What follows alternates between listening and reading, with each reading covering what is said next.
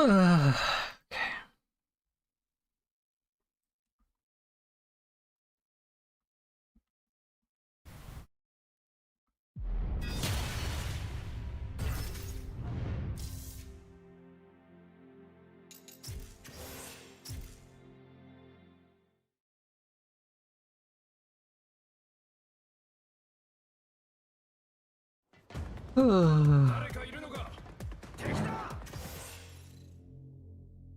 Hey, what's up, you guys? Yeah, good to see you too. Hey, everyone.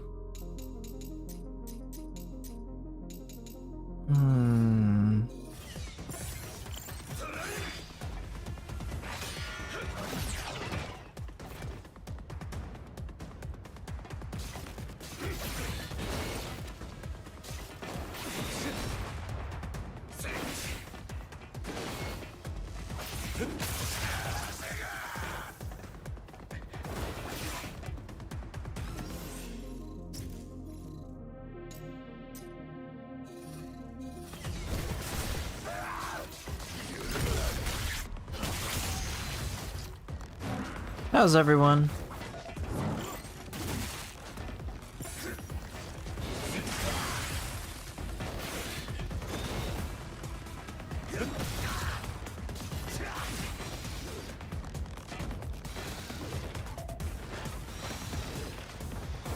I'm streaming right after your rage quit.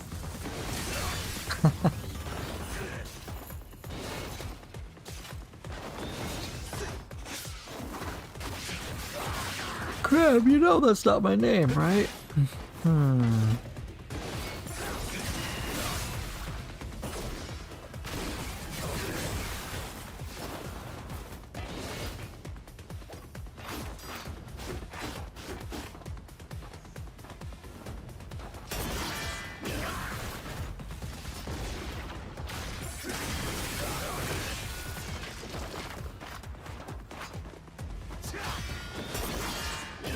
Sharp just kept spamming grabs, so I beat his ass and decided to take a break. Touché.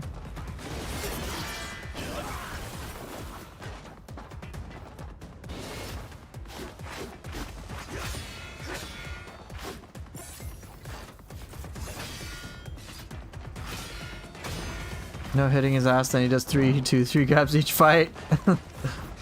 That's rough.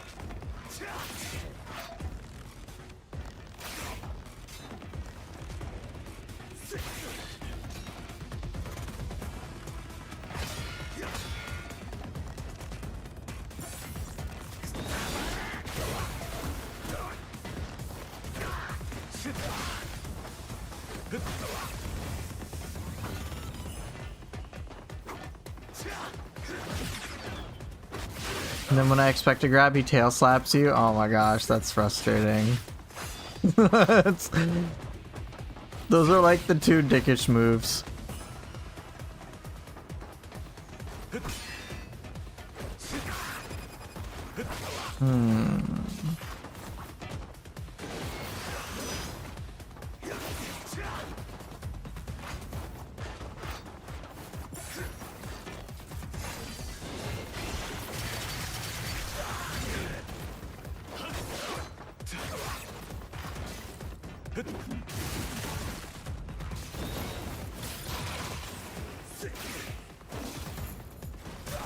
I could have done what you could have done what Poof did to the shark in his video today.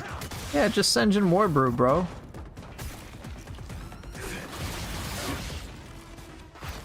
The relaunch with Katana to Hammer is so fun though. Yeah, it is. I have you to thank for that.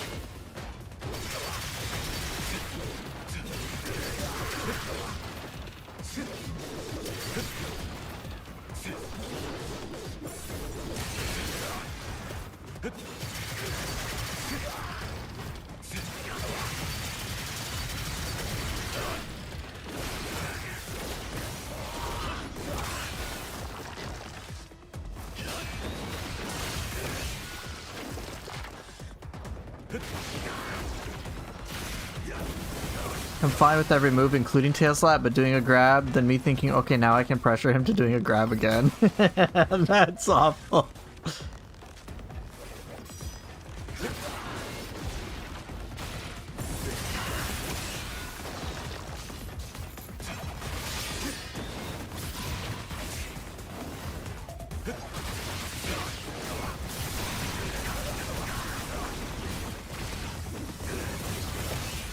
Even after a boss that like pisses me off, I just want to get the fight over with, so I would have done that. Yeah.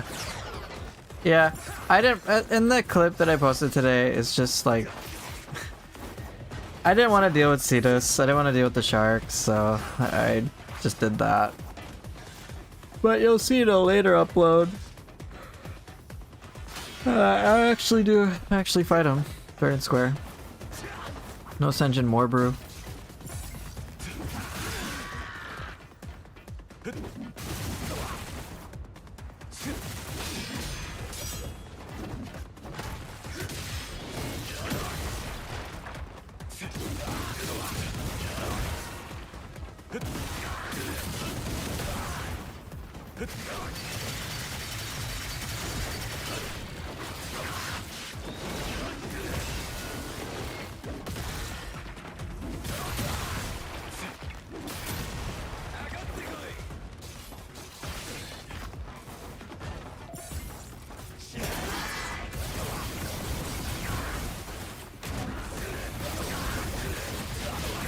Yes, Chicken Burrito, Neo 3 indeed.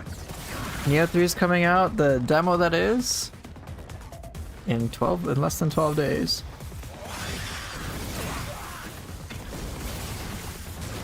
Dude, that's so painful!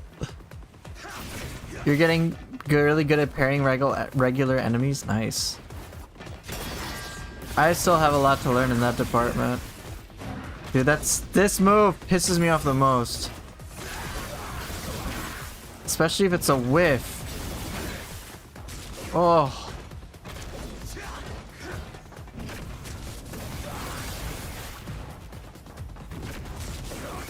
It didn't need to be, you didn't need to have that. That makes sense. That's fine. It's like, oh, double use. Cool. The Neo 3 demo is coming out on the 29th, so less than 12 days. I know, don't use it without hit stunning the enemy already.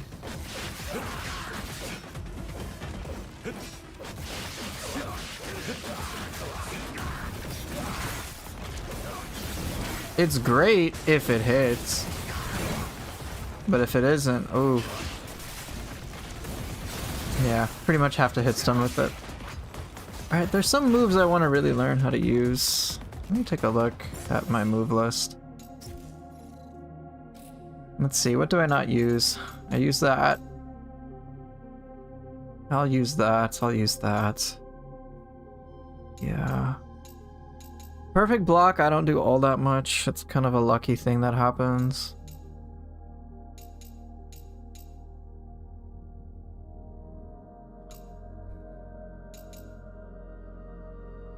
I do use that.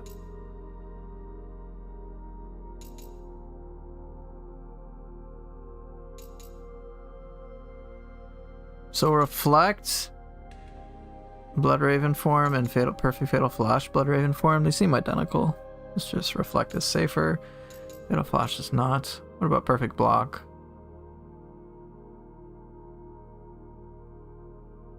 I kind of get lucky with that.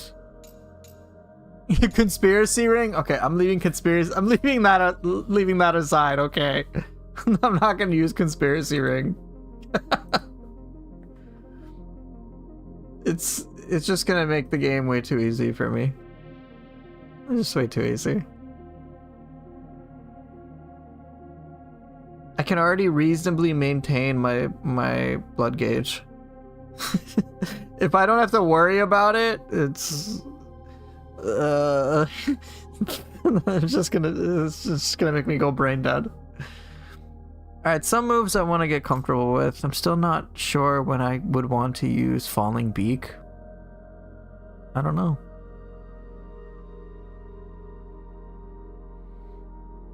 Jump in the air and swiftly slash down towards my enemy. Why would I use that instead of, say, using Flying Swallow? Well, let's see what it actually does.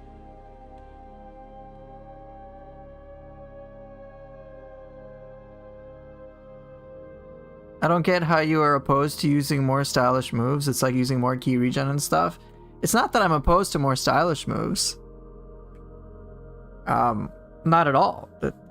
It's just those stylish moves will then pretty much just be all Bloodraven moves. And I'm not going to use base form moves. Which is, as you're now saying, with Falling Beak is dope. Me going more into the Bloodraven stuff means I miss out on understanding how to use stuff like this. Jump into the air and swiftly slash down on your enemy. I mean, it seems like a little bit of a knockback. So...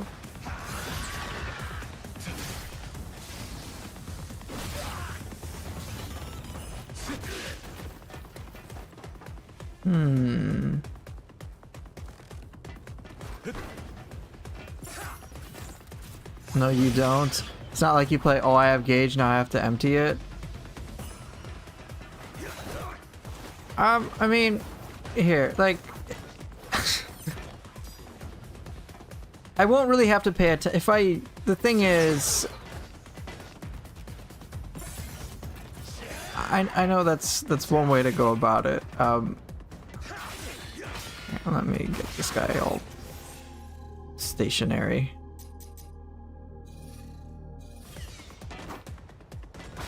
The thing is, yeah, obviously having more gauge all the time is great. Like, obviously. But then I think what will happen for me, and I'm just speaking for myself, is that I'm not going to really be as concerned about when I use certain moves. I can just throw out certain moves willy-nilly.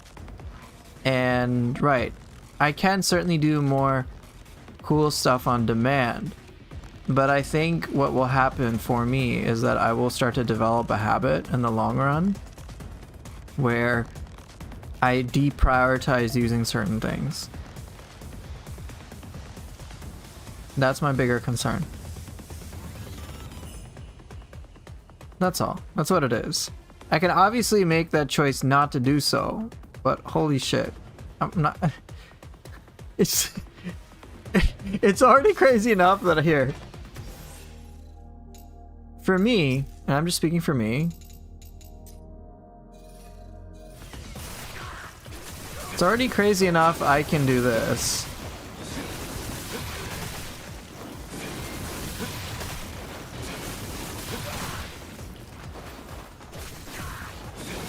And I can just spam that. You're telling me I can spam that more is basically how I see it. Yeah, I think, yeah, I've seen it. It's like 20% versus 25, like, right. It's like 25% reduction or something. Or it's like with Ryu, Wind Blades is no longer cost the whole thing. And it's like so powerful. It's like just 75%, which is still a lot, but that difference does add up. So I just don't want... I'm worried that I will rely upon it as a crutch, and I don't want to.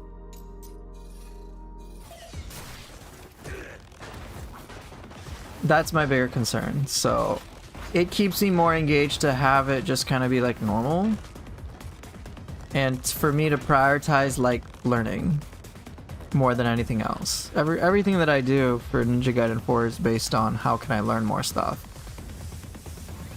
I don't like that Ryu's Ninpo is attached to the same gauge as the Gleam moves. I know. It kind of feels bad. For me too.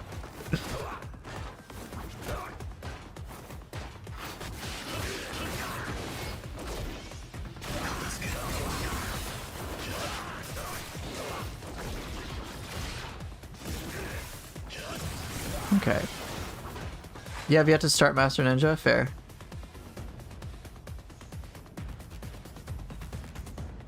Yeah, right, Chicken Burrito. It's obviously like not having to worry about gauge is obviously great, but for my long-term learning, it's not gonna help. That's all it really boils down to. And yeah. So many moves to learn and I haven't unlocked them all. Oh yeah.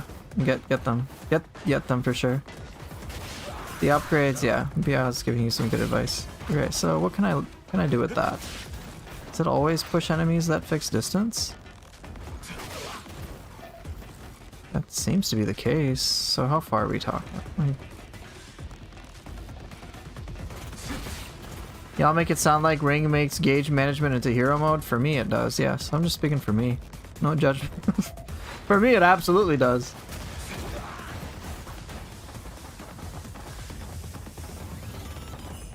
But my bigger concern is, what will I do without it? If I don't have Conspiracy Ring, for example, then I become dependent upon it and then I'm kind of fucked. I do not want that. Alright, so it seems like a pretty fixed distance, so... Yeah, alright, so it's some fixed... One thing I struggle with in Ninja Gaiden 4 is improvising combos. I always seem to fumble at the most crucial movements. It frustrates you. You'll do the same as starting a new run with only katana. You'll get used to it in the first 5 minutes. I know, I'm just speaking about, like... I've thought of this already. I've already tried, look, when I was doing the review video for Ninja Gaiden 4, I tried Conspiracy Ring and Blood Oath for a considerable amount of time when I was like trying trials and whatnot. Like I tried it, I'm just like, okay, I can feel my brain turning off. So I don't want that experience, so I just don't use it. I'm sure I'll adapt off of it, but it's just I just don't want that experience. I do want every choice. I want to feel like my choice with what I do matters. I want to be judicious about certain things like that. Now, there's a little difference when it comes to Bloodraven versus like key management in Neo. If you have no key in Neo, you can't do anything. Well, I can't do anything without key, or if I have no anima. Like, I have 0 resource. In this game, it's like, oh, well, I can still attack at all fucking times, but I just can't do the super special moves unless I have gauge, unless I've planned it out. And so, for me, the not having to worry about gauge whatsoever just means for me, I won't have to think about it as much. I won't be incentivized to be creative with understanding how to use certain moves or getting, like, as Hirokun is kind of talking about, coming out with like creative combos in the moment. Like I'm not gonna have to worry about that because I'm like, oh, I have enough gauge, I can always just like do this move. So for me, it's like a bajillion different reasons where it's like when I do a pros and cons thing, like, yeah, obviously being able to do more cool stuff is awesome, but by doing so, I'm going to like relax into a comfort zone and not get as creative necessarily in the way that is enjoyable for me. So yes, like I understand that I can be more creative because I have more moves at my disposal, obviously with Bloodraven, like of course. I mean, who can even argue? The thing for me though is my personal enjoyment when it comes to Ninja Gaiden is based on things sometimes feeling like it's razor wire or on the razor's edge where every decision starts to really matter in terms of what move I do. So I like that because then it's particularly impressive to me when it's like, oh, I manage my gauge well and sequence a lot of things together, and it's a lot of fun. That's just my own personal preference.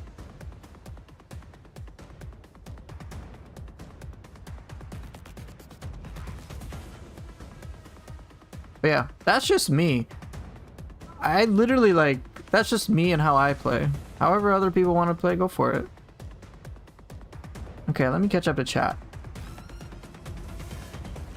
So Hirokun, when it comes to like improvising combos, for sure, a lot of that comes from, at least in my experience, just being curious about combos, say that like I do, I try to be in the training room.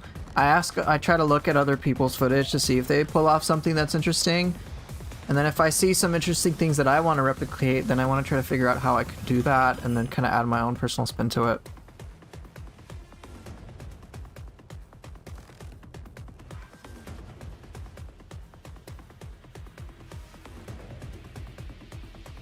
Now that's fair, BI. You feel free to ask. It's fine. You can go ahead and, if you're just curious and you're just trying to understand, you can feel free to ask. I'm cool with that. I'm totally cool with that. Feel free to ask questions. If things don't click for you, feel free to keep asking. I'm cool with that, brother.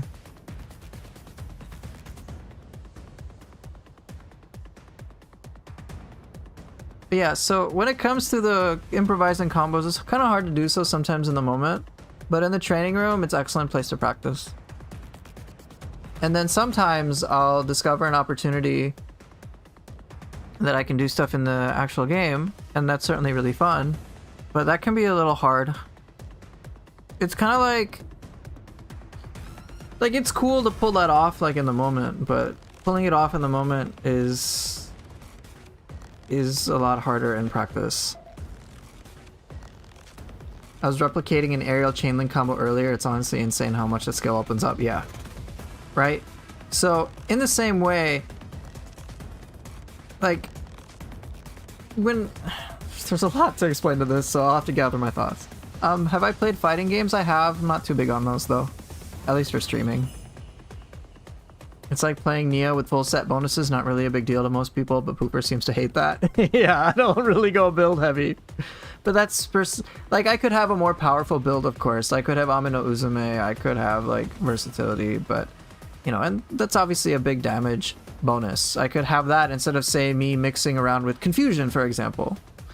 Confusion is 50% damage boost, whereas Amino Uzume is, like, 70. Or versatility is 60.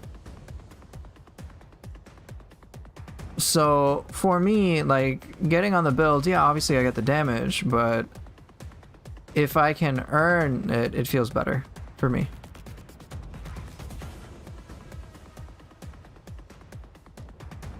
That's what it's about. It's about me earning it. There's a huge element of like, oh, I earned this play without anything else. I did it through my own mastery and my own skill. That's what's fun.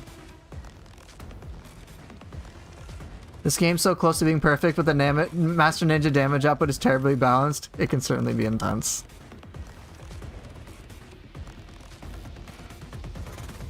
The damage is so crazy.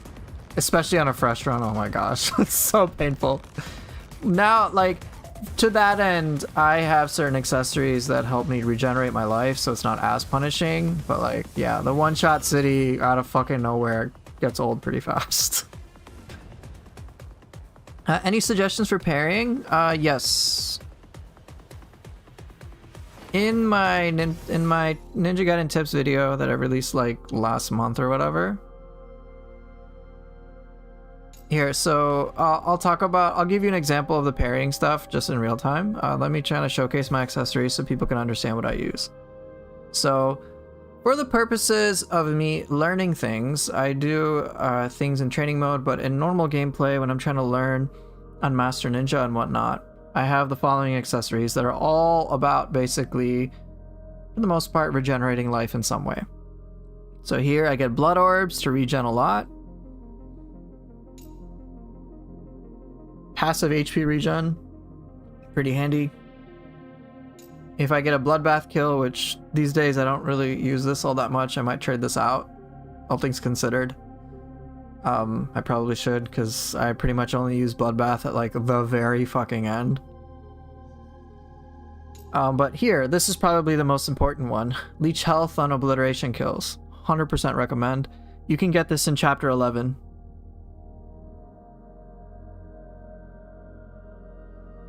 So yeah, get this in chapter 11. Unfortunately, that's quite late. At least for a fresh playthrough. But yeah, this helps me arguably the most. And then this one is just nice because range spam and getting killed by things ranged just gets so frustrating. So I have all of these things to overall reduce the stress that I'm encountering with Master Ninja and like dying real quick sometimes. But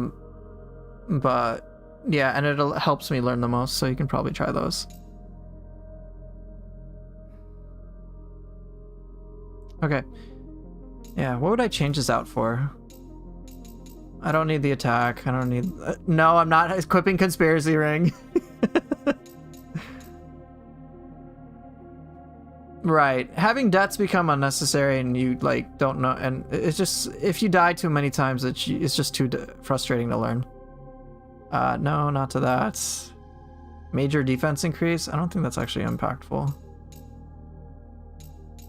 No, I don't want that. Don't want that either. Berserk gauge depletion increase? I might put this on. I might. Just for bosses, in all honesty. I'm curious about this. Hey, Swellpool. I might put this on. Just for bosses.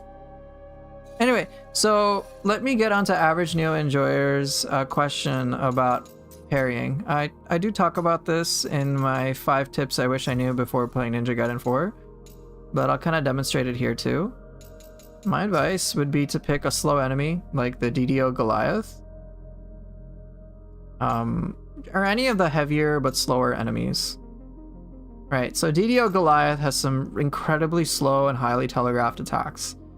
And because you're in training mode, you do not... And, like, I would set it up this way, so his health is always full.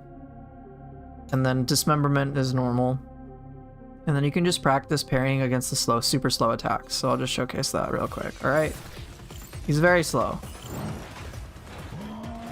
And so you can kind of gauge your timing. See, it's like 1, right? It's like so slow.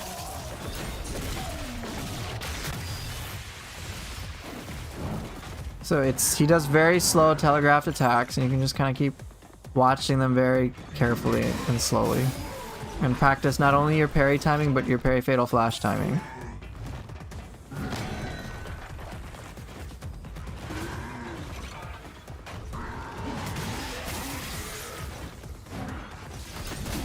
And that's what I would do.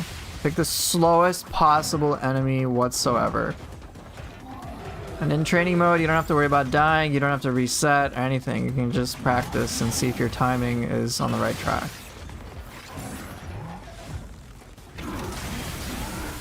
I didn't get my backlash parry there. I did there though.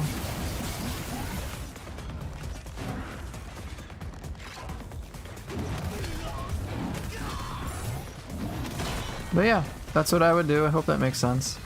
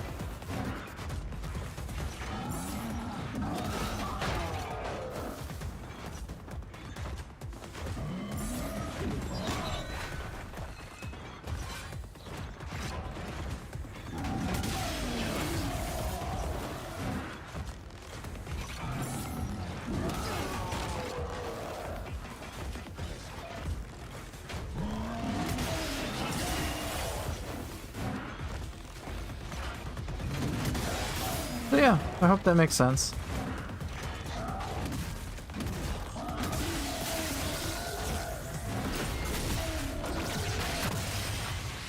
That's how I practiced. Kind of got more comfortable with things over time that way too, and started applying it to different enemies. So I hope that makes sense.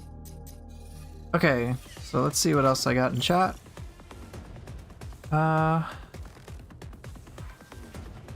Some people's mindset is I'm relying on that instead of heavily and really improving myself. Yeah, and that kills the fun for them. Yep, pretty much. I usually don't use the training area. If I find something cool, I try it during regular gameplay. Just focus actively on using that specific thing until you have it down. And that's a wonderful other way to practice things too. Regardless of the environment that you pick for learning, make sure it's one that helps you learn the most. Then you will learn. For some people, it is having that super like pressure type thing. Good for them. For me, I like to have things conducive so I stay alive and can experiment more, which helps me discover things. It's really just up to the individual. But whatever just helps you get into the zone to feel like you're constantly improving something, you're learning something, then you'll be in good shape. And right, as Bia is saying, one great thing about also doing things in regular gameplay is that if the combo is not applicable in chapters, there's no point, right? Like enemies being too squishy for the whole combo. Right. And so that kind of segues me into why I use the training room. It's usually just kind of like as a warm-up, and for me to just briefly understand the purpose of a tool rather than training room being representative of like everything, because it's just training room. It's not like I'm fighting a bajillion enemies. It'd be a little different if that was the case, but it's not. I'll use it for very targeted practice. So it's like I want to try out a specific sequence, and I'm like, oh, I can actually implement this sequence. So me being and I say that because me being able to implement a sequence is separate from it being of strategic value, like when I'm playing the game. Sure, I can, in other words, sure I can do the move. That's important. I need to know how to do the move in the first place. But can I pull it off in battle? There's another question. And the only way I can understand if I pull it off in battle is by actually trying it there. There's different skill sets that I have to understand. It's not just, hey, I know all the moves, is can I see moments where I can plug in the moves? And so I kind of go back and forth, and here it's just like warm up a couple of basic things and just to chill and talk out. Okay. So hope that makes sense.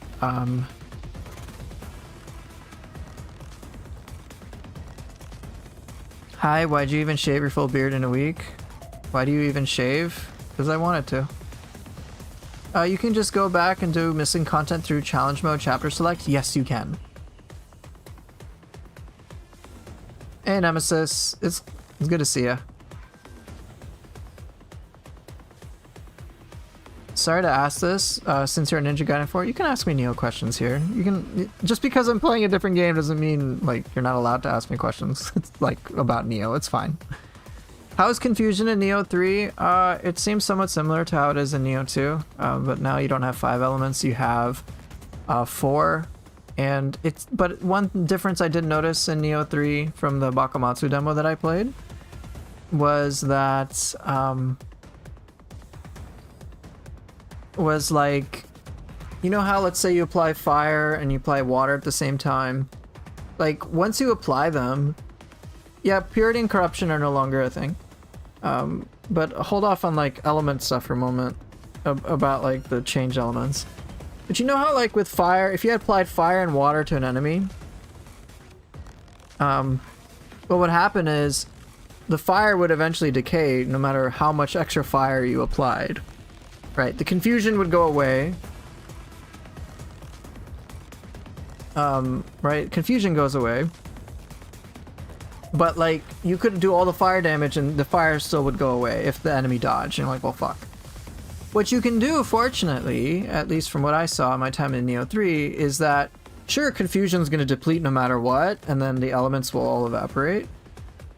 But I can reapply, like, fire. Like, I can bring it back to the max duration.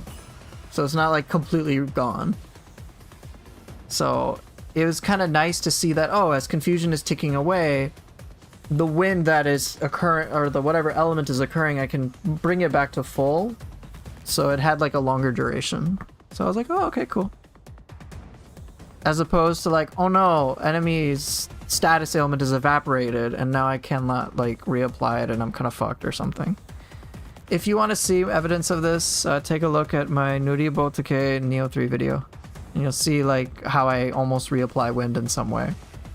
It's hard for me to explain right now, because I obviously haven't, like, played Neo 3 and I don't have a full understanding of how confusion works, per se.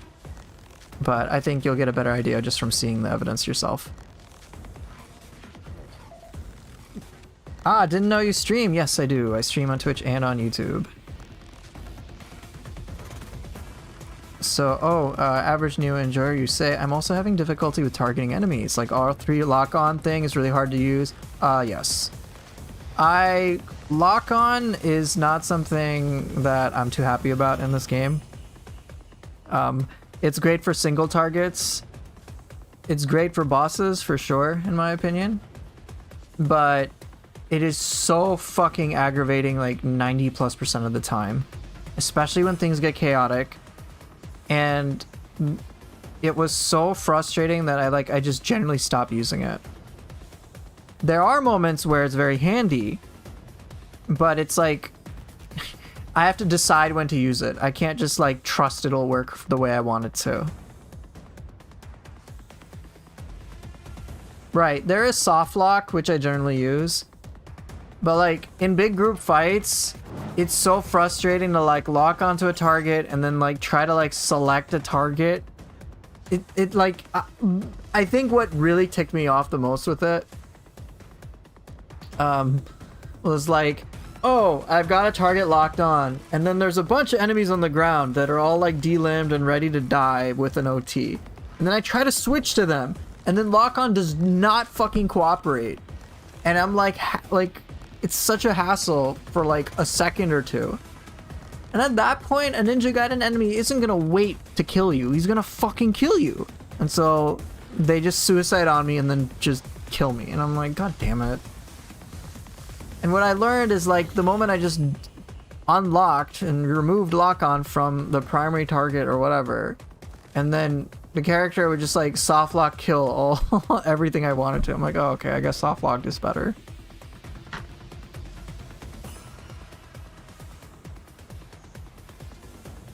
But in a nutshell, I would say if you want to target something incredibly specifically for a long duration of time, then lock-on works well. But if you want to rapid fire, go back and forth and hit a bunch of enemies and like constantly change stuff, do not use it. Just like don't. If you're in a group fight, I generally don't advise it. Only if you specifically intend to be like, hey, I'm ignoring everything else no matter what and just focus on this one thing, only this thing. I don't give a fuck what anyone else is doing. So then like, okay, fine, lock on. Now for that purpose, I use, like I say, lock on very sparingly. When I usually only use lock-on when I feel most comfortable and safe to do so. So there's that. Hey, New Gen, good to see ya. Alright, so let's see. I still got a few questions to catch up on. So Nemesis, just to be clear, for Nioh 3, purity and corruption are no longer a thing. They have 4 primary elements: fire, wind, lightning, water. Wind is like your key damage, key recovery element.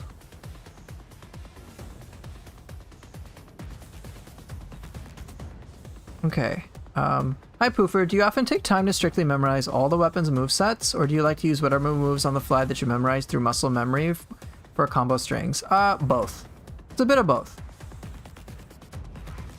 So some of the more complicated maneuvers I'm going to practice here. So, for example, let me showcase this with an enemy. So I was working on this yesterday, courtesy of Bia educating me to a really wonderful chain link combo. Alright?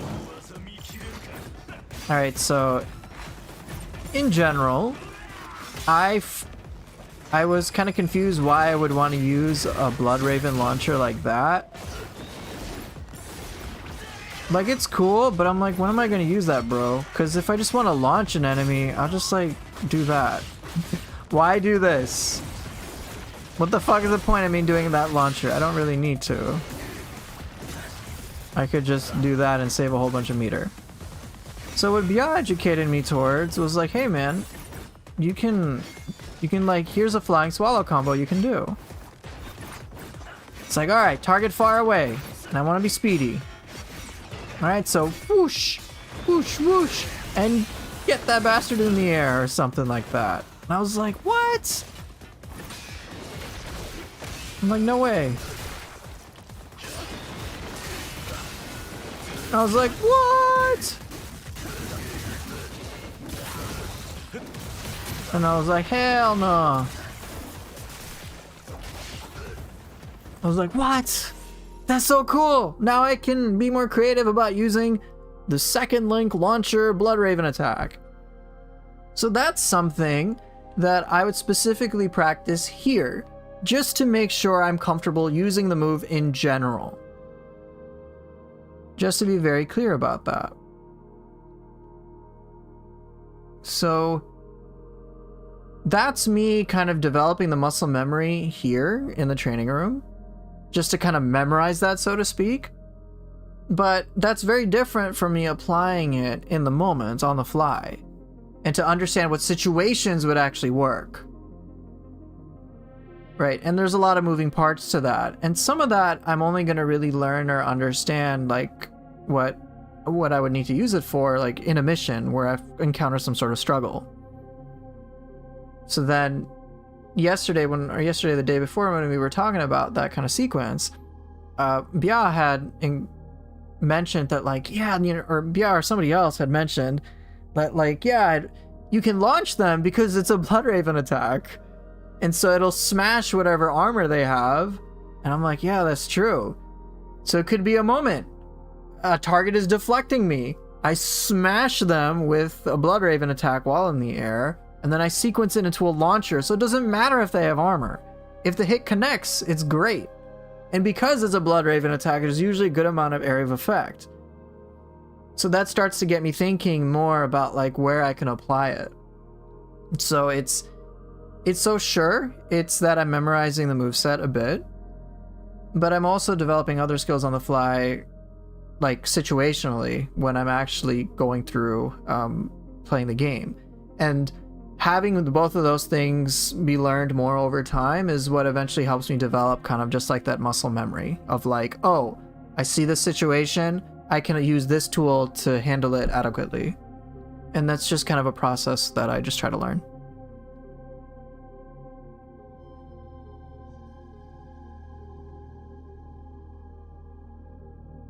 Do I use regular jump or wind path? I generally like to use wind path, but I sometimes use regular jump. It depends. Okay. What's the best way to learn how to limit test what you can and can't do in a situation? Also, ooh, that's a pretty complex question. So it depends on what you want to limit test altogether. So do I want, like, that's the important thing. If I want to understand what enemies can do or can't do, then naturally I'll just test out their moveset and see what they can do here. Testing out group mechanics, I'm going to need to try to learn that in the game and just practice and see what occurs kind of from there. When it comes to the player, what I can do and what I can't do, I mean, the training room will kind of tell me if I have enough gauge to use things. So all in all, to say that me giving you an answer about how to limit test what you can and can't do in a situation is going to depend on what specific thing are you limit testing. Also, do enemies use certain skills after others, or is it random? Enemies do have certain attack strings, but sometimes there are certain, like, consistencies they have, but it's kind of like they have a whole set of moves that they will do, and they will usually pick and choose what they want to do based on certain situations. But it's kind of like with bosses, it's kind of a mix-up. So I might think an enemy is going to do something, but I have to read if they're going to go do, like, a certain attack pattern. I don't necessarily know all the time, but I will know. So put another way, there's a set of moves that they're going to have. They will choose some. My responsibility is to understand how to deal with each individually. I don't know the exact order they will do, like, these patterns, but once I recognize a pattern, I'll be okay.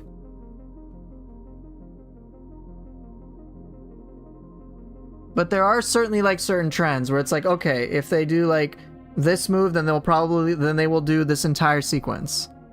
This move indicates this entire sequence from them. Okay, here's how I address that. So it's kind of like a flow chart in a way. Okay.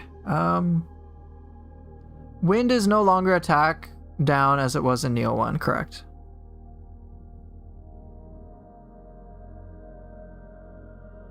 Okay, so average Neo enjoyer, you're asking about the lanterns. Why don't I just show you?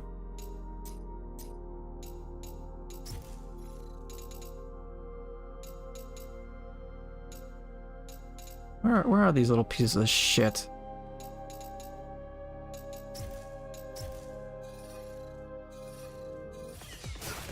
Okay, fastest way to kill these fucks. Ready? Dead. Double Y. And that's it. They will always explode.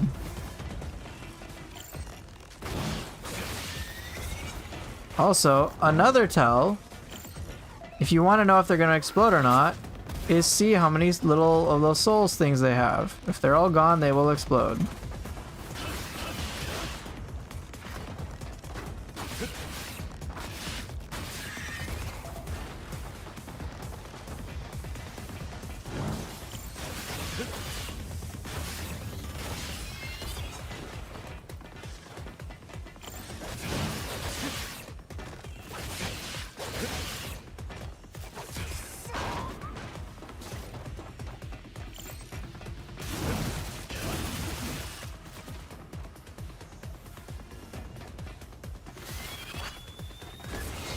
But yeah, I haven't like determined everything. I know this move works pretty handy. Back forward Tamahami works really well.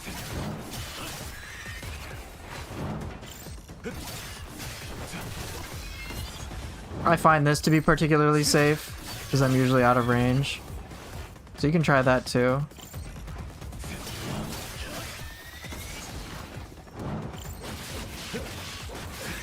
That's also pretty safe.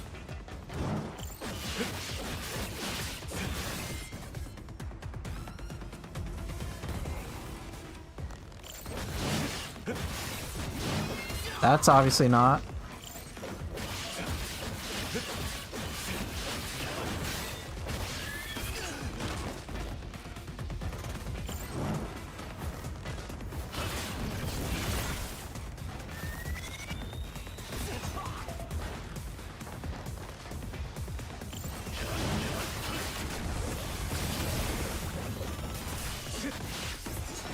But yeah, I think the easiest option with Yakumo is just woo, woo, woo. Very, very safe. You can also do that too.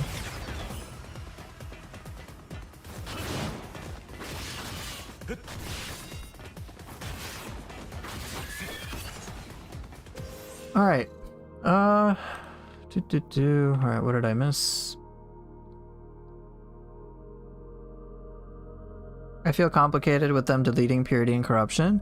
Now I probably need to engage with the element weakness resistance thing more seriously instead of just pick Purity or Corrupted weapons. Yeah. Or you could just go with Wind. Just use Wind. Wind build.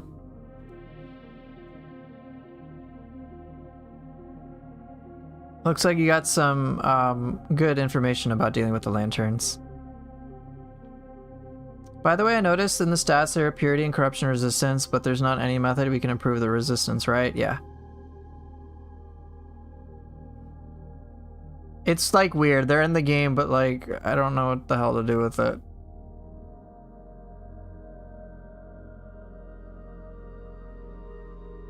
What does Wind do? In Neo 3, I think it increases the enemy's key damage taken and reduces their key recovery speed.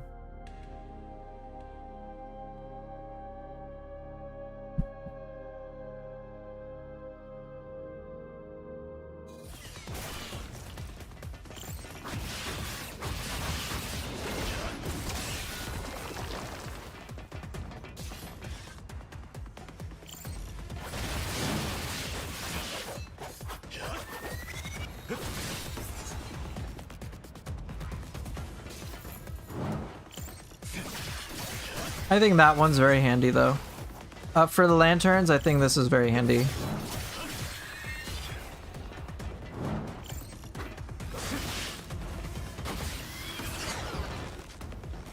But yeah, double Y or double heavy works quite safely.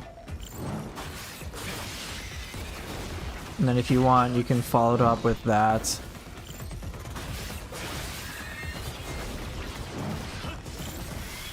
Which is also very risky, but cool. Practical chain link combos.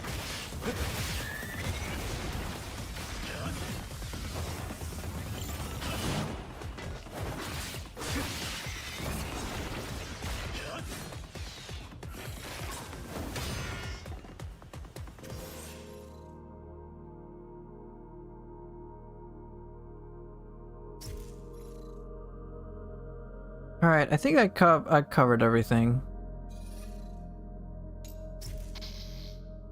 If I missed a question or you have one, feel free to ask.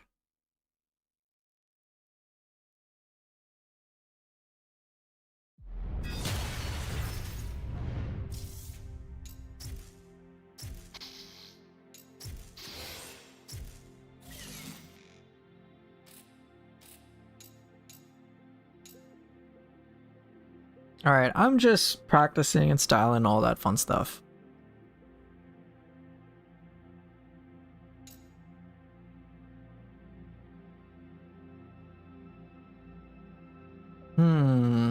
Chapter 10? You want chapter 10? Is that right? You can make a request, I'll probably go with it. Chapter 10? Is that a yes?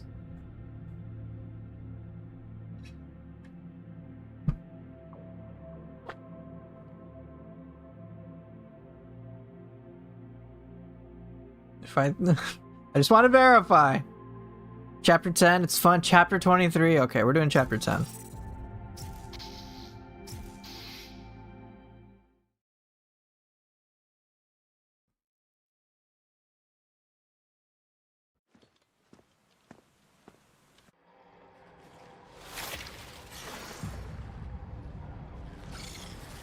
Also, I think since I'm not using Bloodbath, I think I'll get the Berserk Gauge thingy.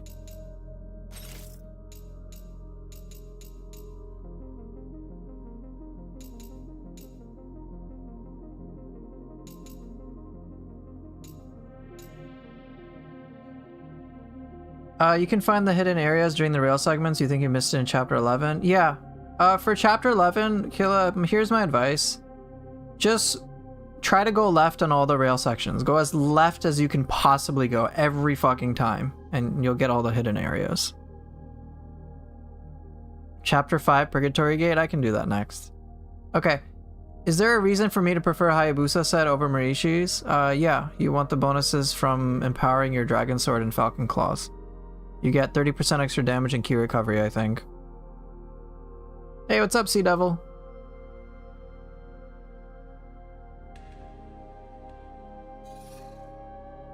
Great practice against lanterns? Yeah, touche.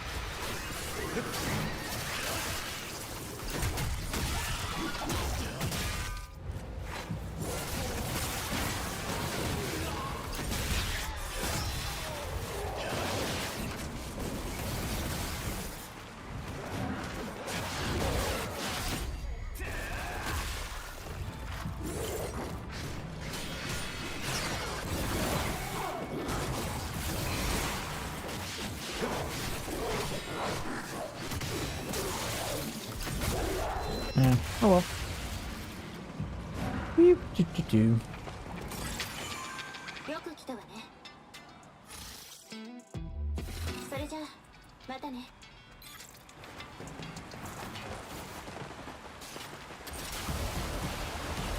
海、岬、のまま奴を追いかけて仕留める。セオリを助けるわよ。セオリさん。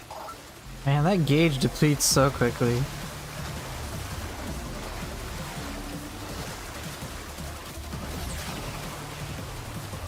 That was embarrassing.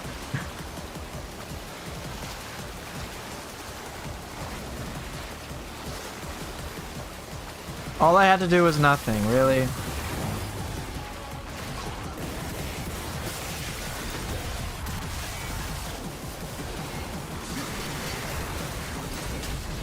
Oh, come on, the freaking fish.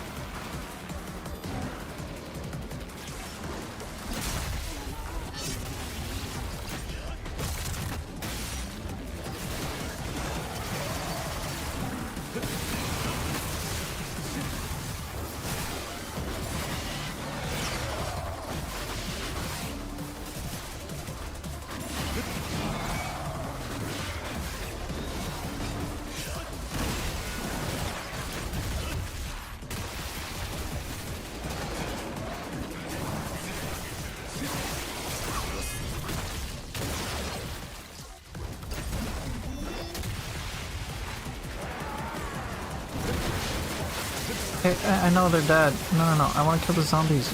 Absolute dickhead.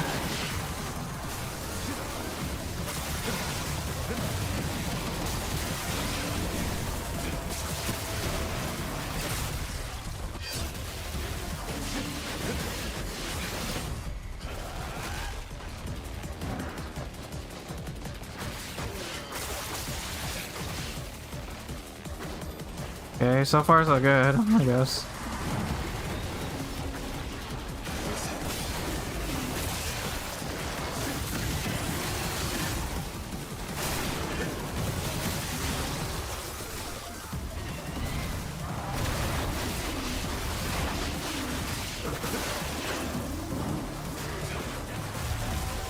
No, you hit the fucking fish thing, dude.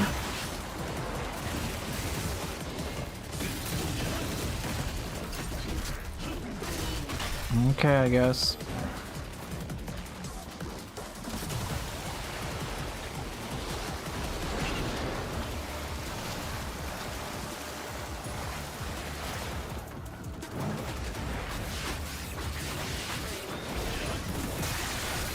Oh, fishy fish hurt.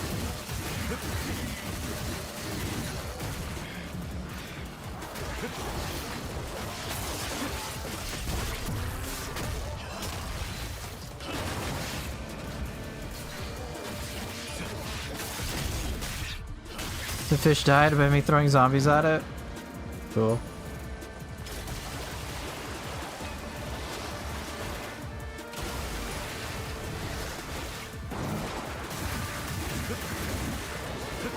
You fucking really? The fish. I blame the fish.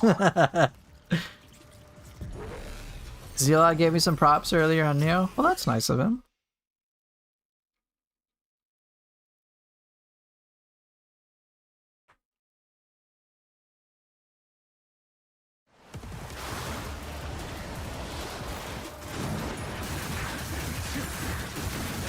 That was incredibly rude.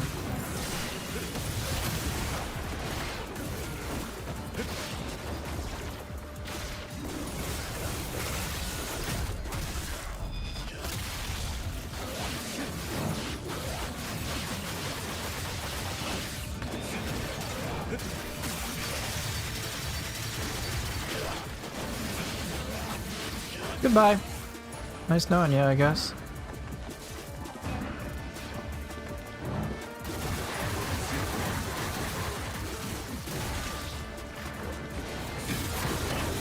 Goodbye, dogs.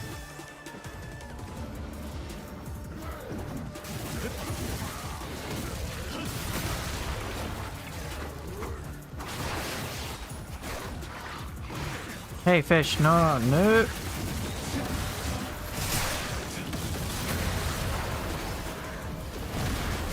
I wish we got arrow tees. We're not Momiji, unfortunately.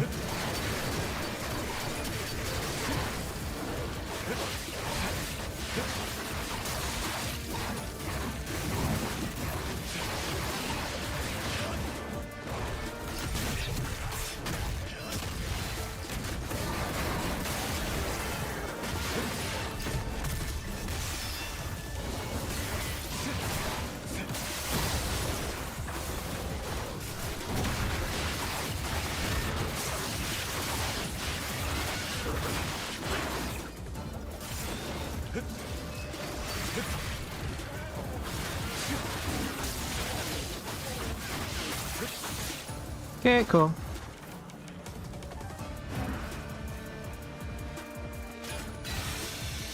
This is all the simple stuff so far. I wish Ryu had his bow. Me too.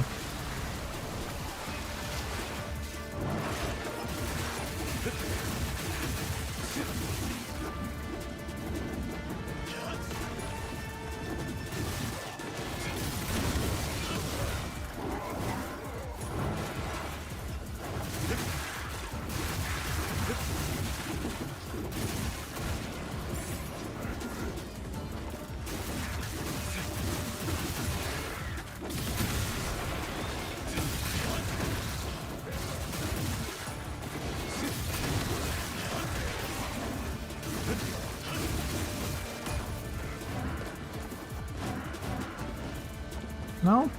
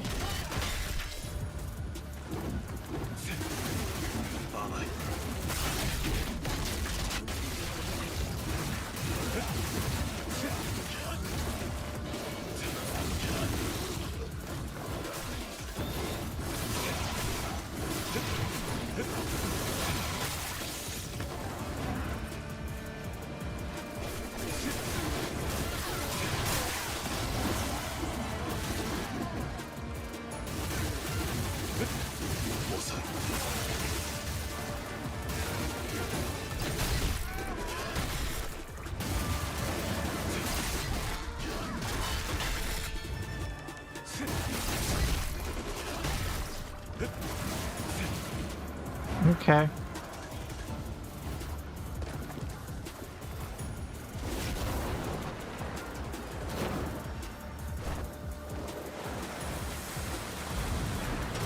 Still not at the crazy battle yet.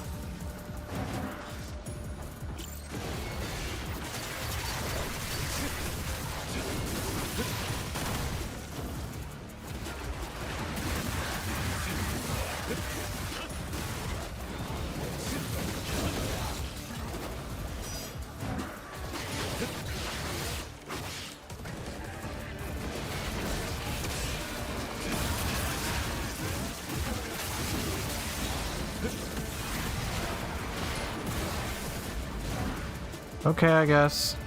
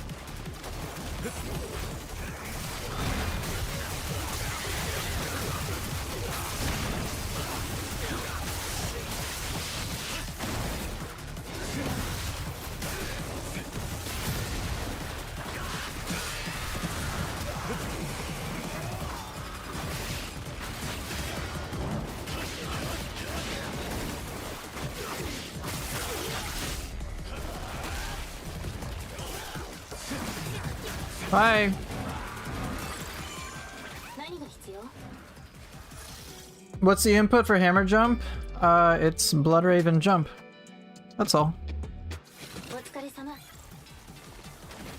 Hammer jump is Blood Raven jump.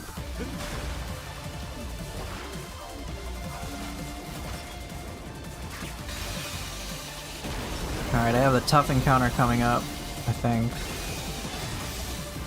Yeah, simple enough, it's nice. Hey, what? Come on, this part. Seriously?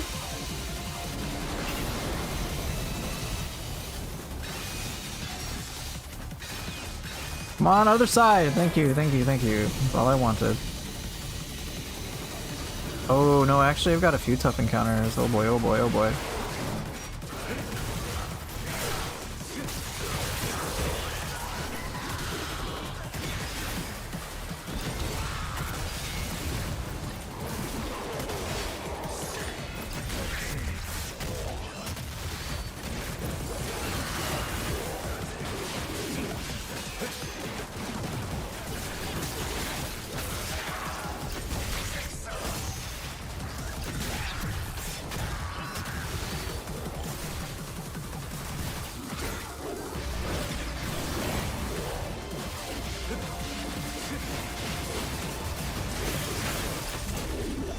Super oofed.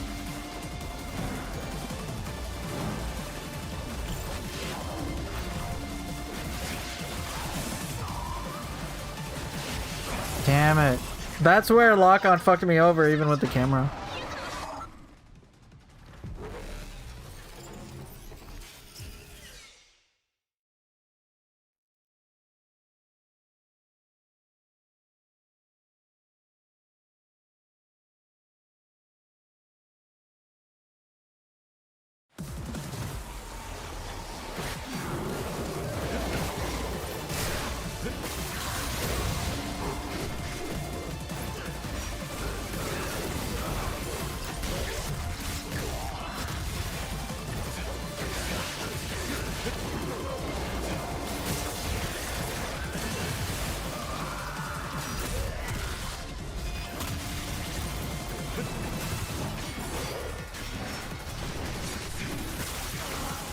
Stop it.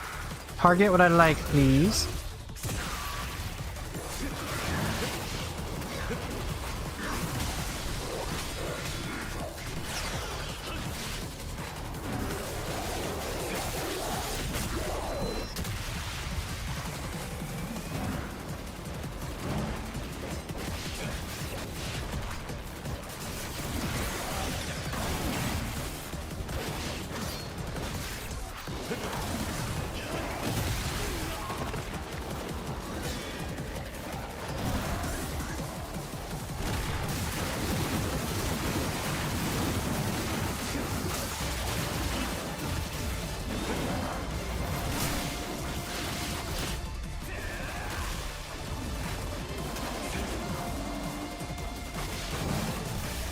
I'm just doing a little UT stuff because I don't want to be with these guys. Okay. Anybody left? Oh, there is somebody left.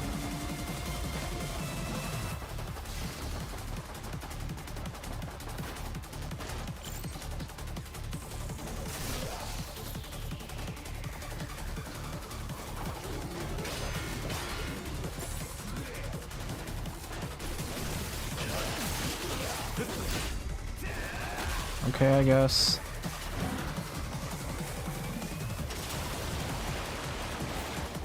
Alright, I think the super part is coming up.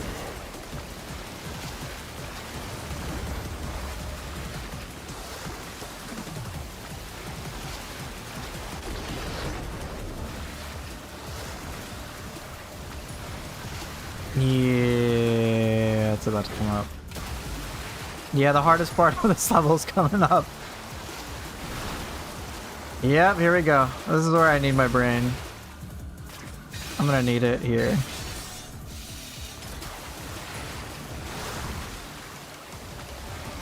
Here we go. This part's crazy.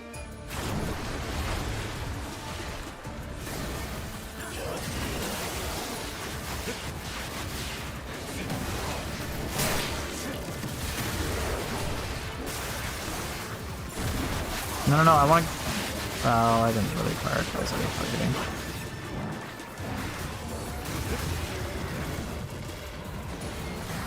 Shit, wrong move. I wanted to do spin. Nah, just auto pilot. It'll be fine. Spoiler alert. It was not fine. I could UT spam as I've done before, but I won't have as much fun. This part's hard.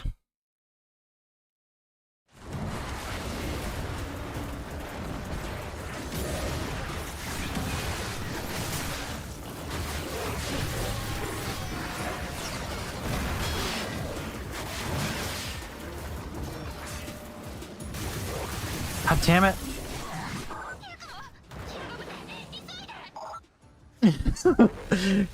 Use the UT to target the small fish. Yeah. I can't believe they opened up with the fish at the beginning. They just did that seriously to screw with us. It's such a dick move. This part's very tough though.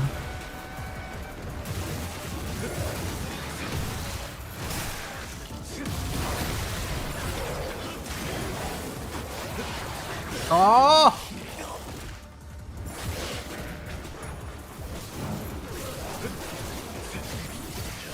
Oof!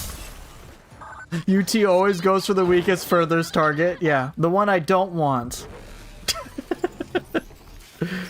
Oh, dear lord.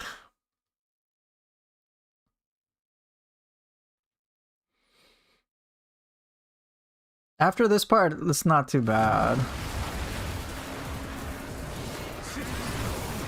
The fuck?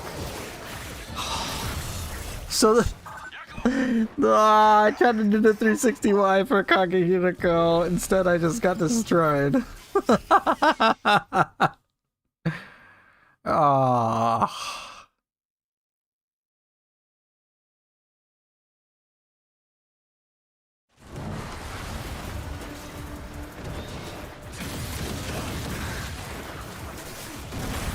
No. I don't want the Van Gelb to die to this. I mean, sure, you can kill that, I guess.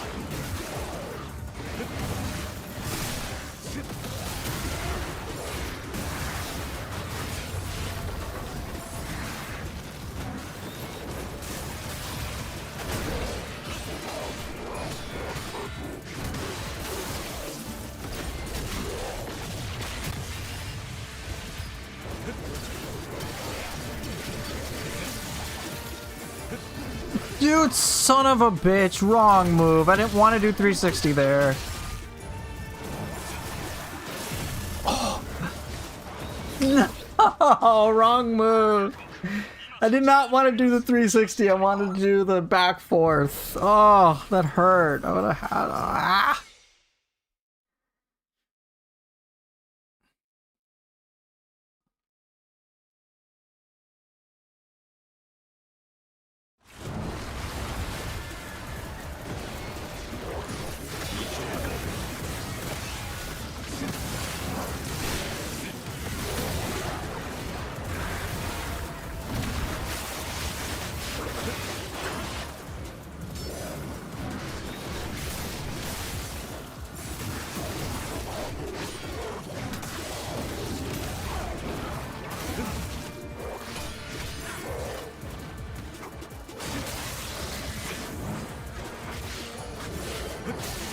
God damn it. Wrong things. What's the input to Carpet Bomb? It's... For Kagehiriko, it's Bloodraven jump into light. It's one of the vaulting stance moves. There's also, yeah, Spin X. Bloodraven Spin X also works.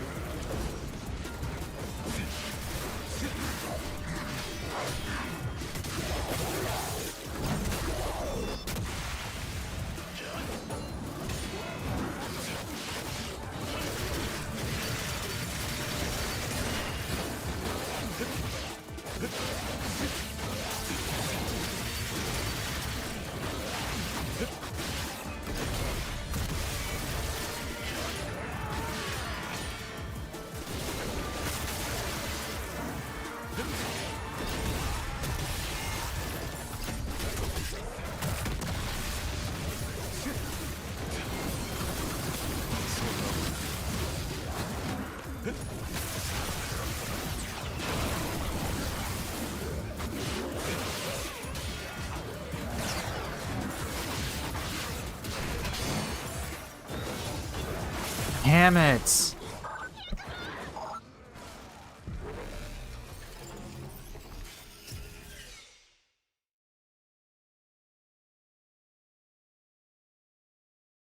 All the weapons except the Dragon Blade have a vault stance move. All of them.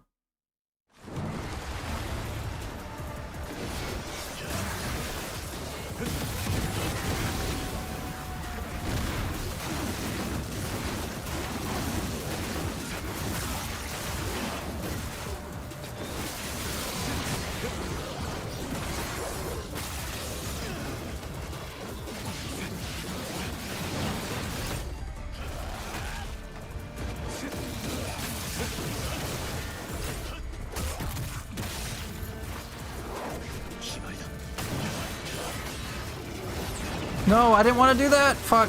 I wanted to actually probably fight you.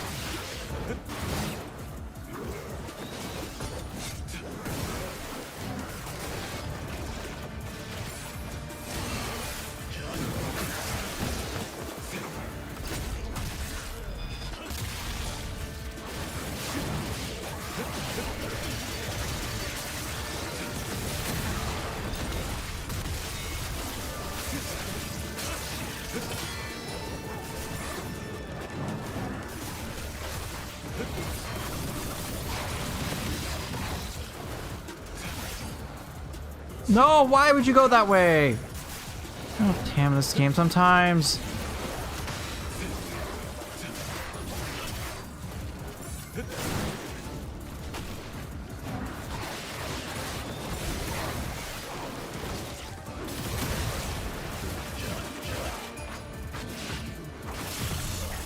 Oh, damn it. I knew what I wanted to do in my head, but I couldn't pull it off.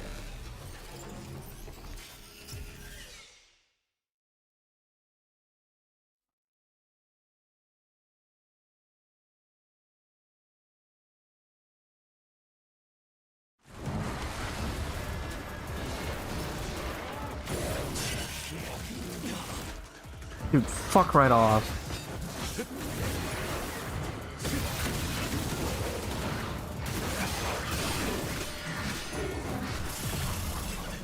For me, the most frustrating part is probably just the very beginning, where I have to take the gate away, otherwise I'm dealing with 3 ghost fish like coming out at a time. And I want to kill it, because it's like the biggest threat. But then I have a Vangelf. It's rough.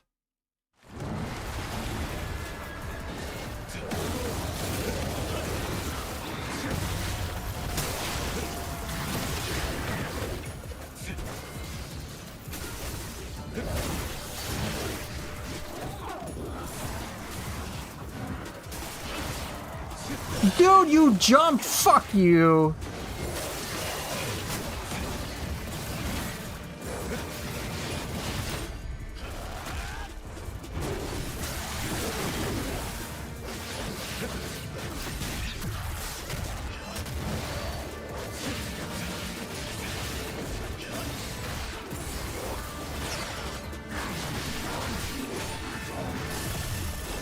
Oops.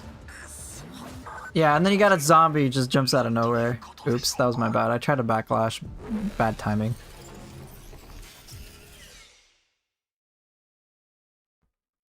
XX chainlink, BRT. With the staff too. Alright, let me try that.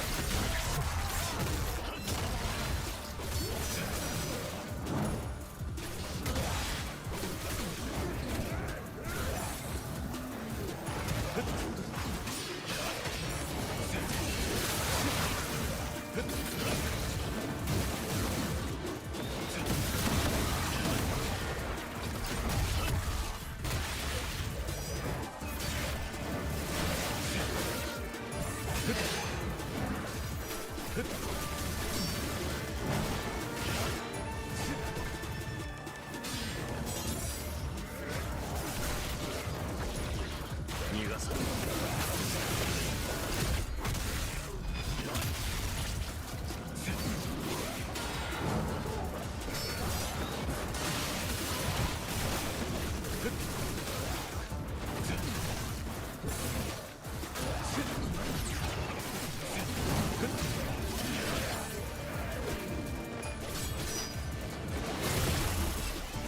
Read.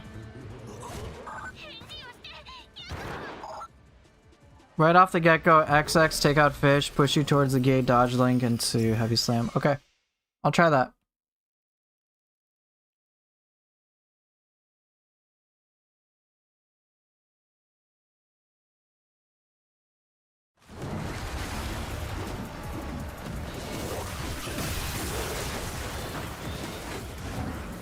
I obviously just... Come on.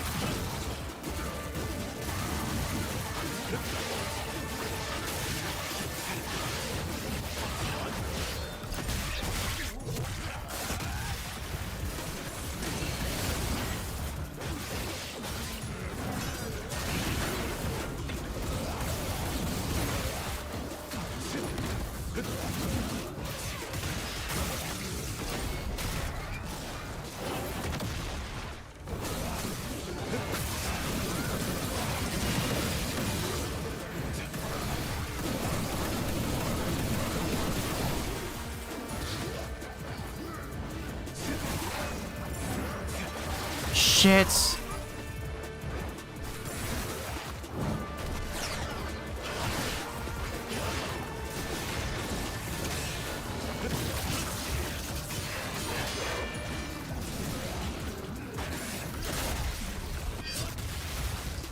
It's okay. I took your advice a little too literally.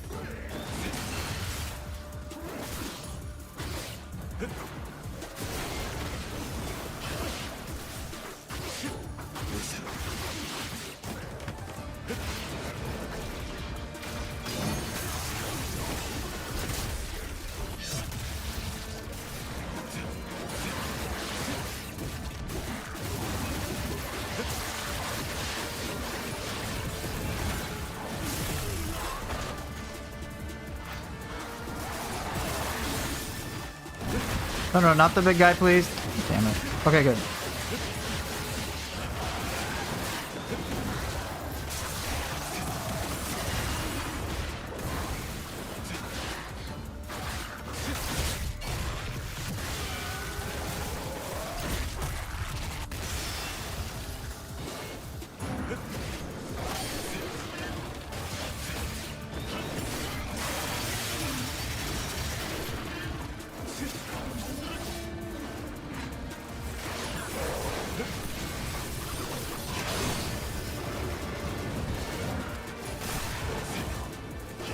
Damn it, I got shot in the air by a zombie. Oof. I was on the last wave as well. Damn it.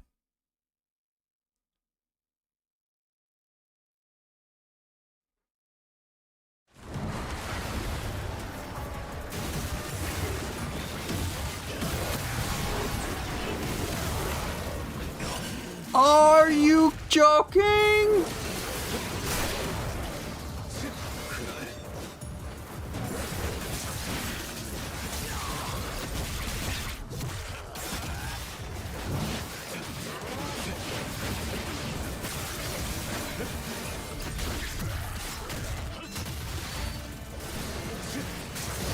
Okay, bonk.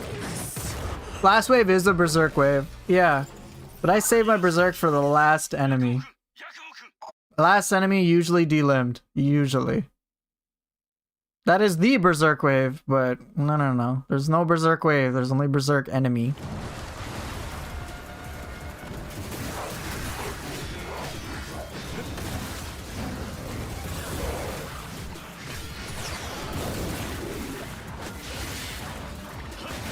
The fuck?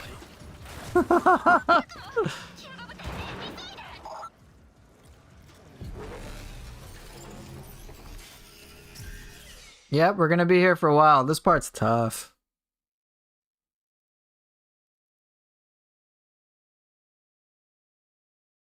Those full togers are so hardy, it's really difficult.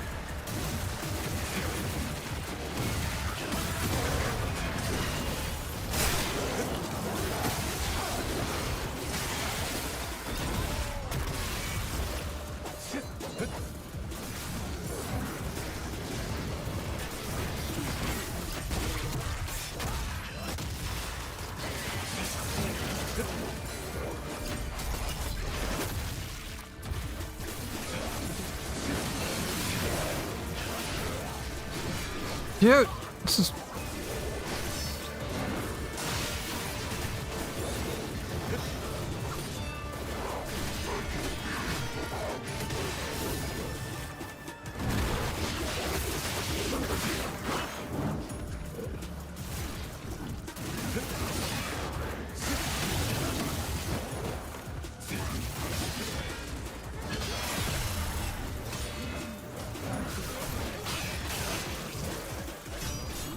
Oh, I was trying to do a wind path jump.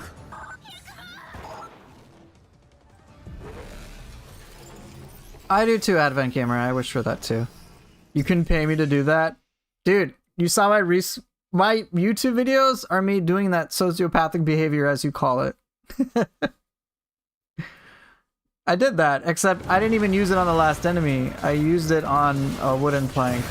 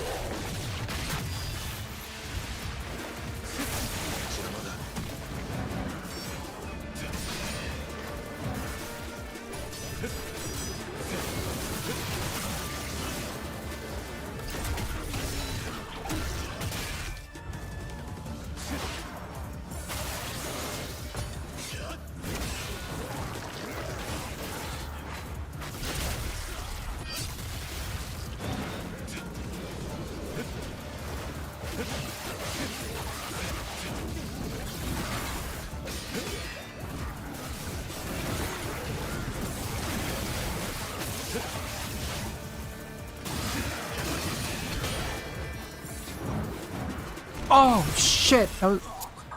Oops.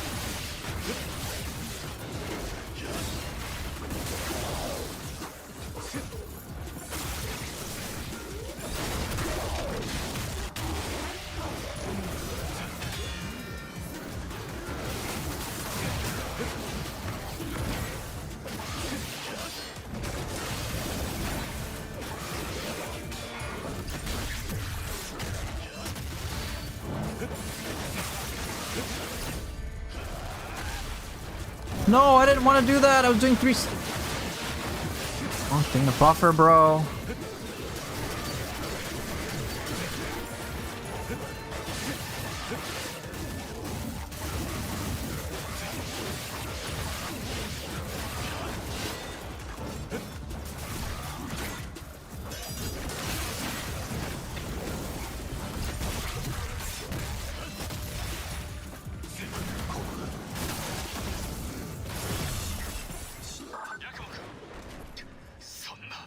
Oh, I got dicked around by the camera a little bit.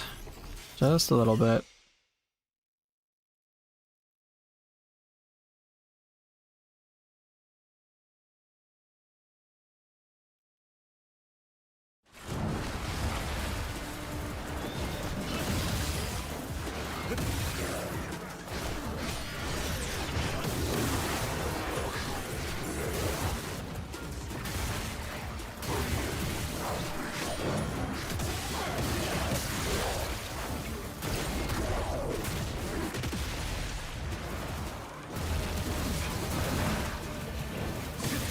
The hell? Yes, kill the fish.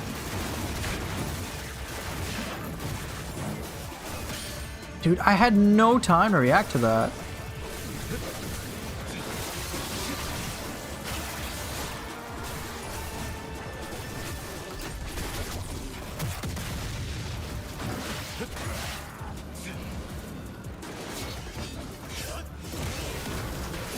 Oh, he's not de-lambed. I...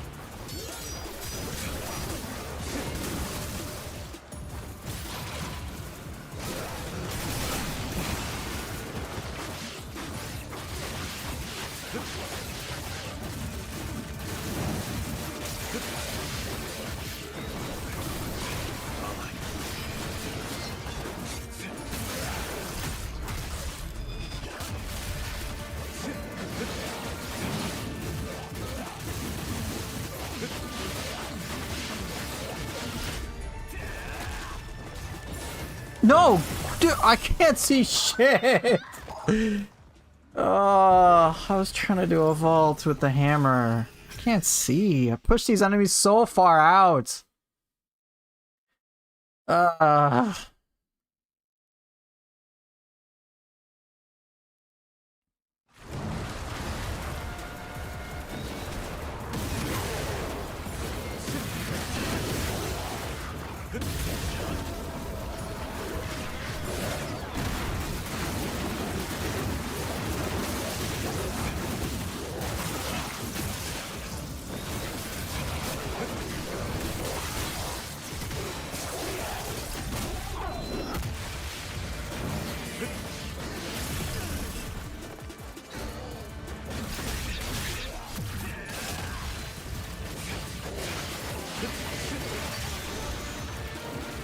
Stop it. Just let me get out to the center. You freaking video game.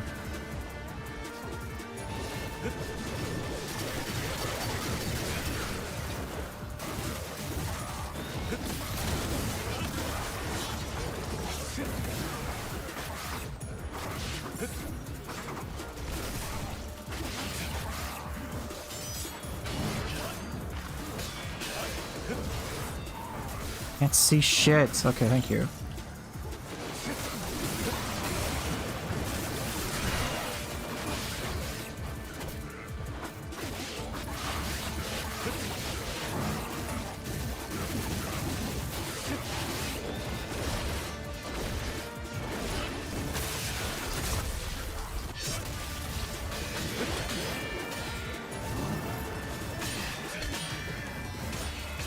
No, stop it.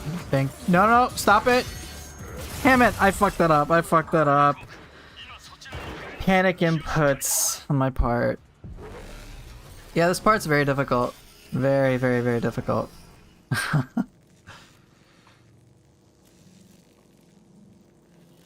Oh. I was trying to do a wind path and then bombs into a flying swallow combo, but it didn't work. I didn't do it right. I really want to practice that, because that full Toger wave is rough.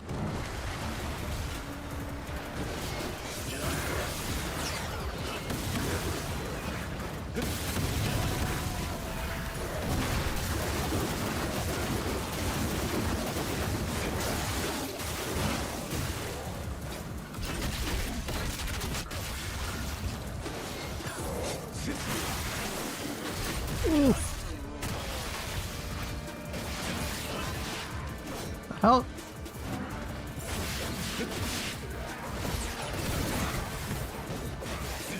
The hell? Stop!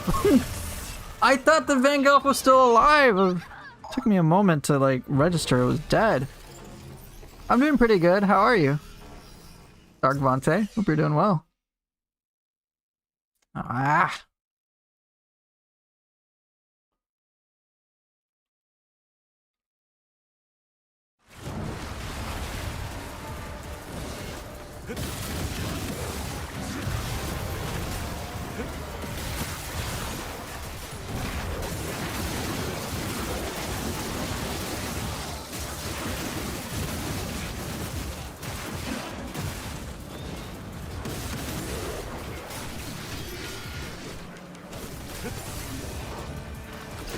Good.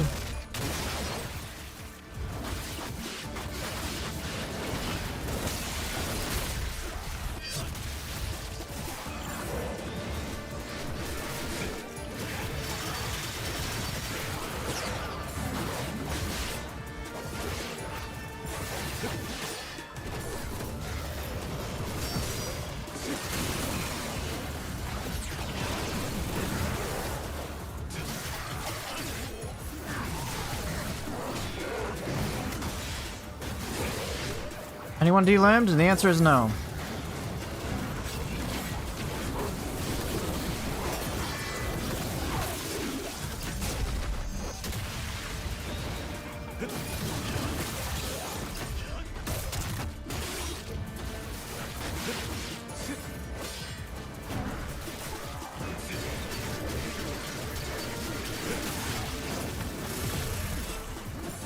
Shit! Woo!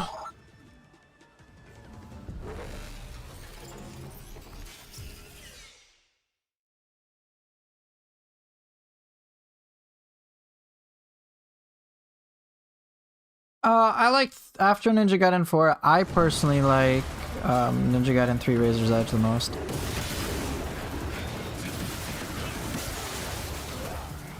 Thank you. Yes, yes. UT this thing and all the fucking fish.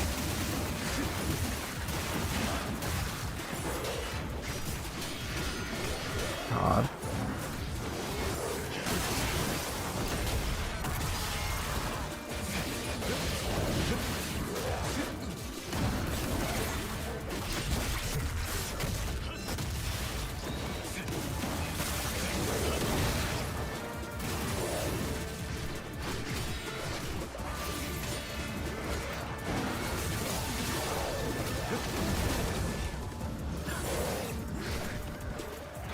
Thank you.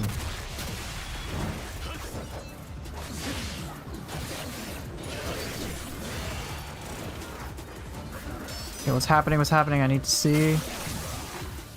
Okay.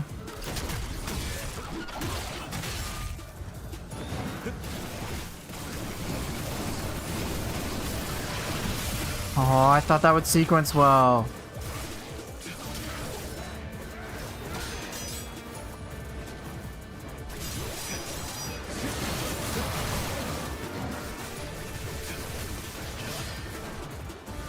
Oh, you're dodging.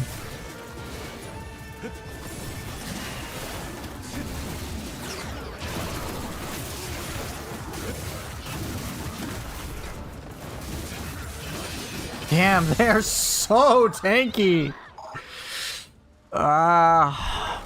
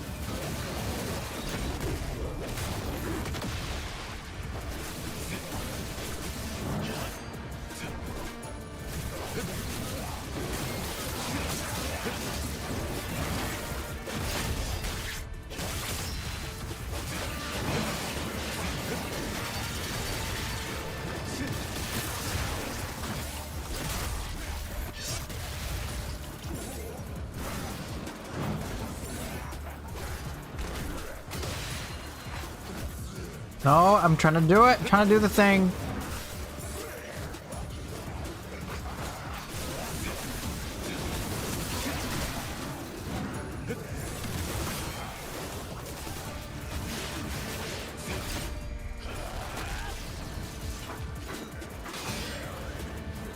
Come on, I know what I'm trying to do.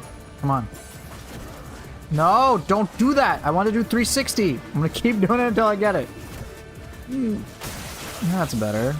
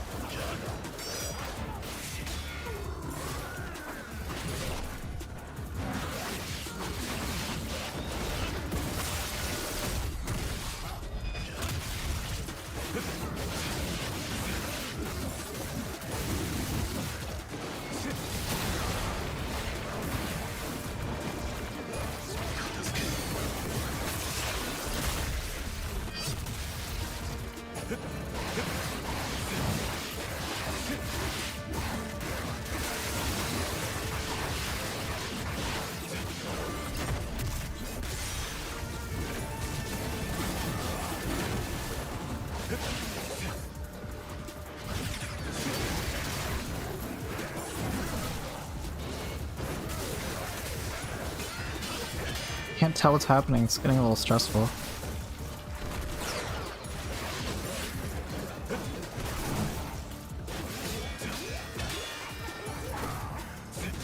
The hell? Now you're doing wind path. Man, come on.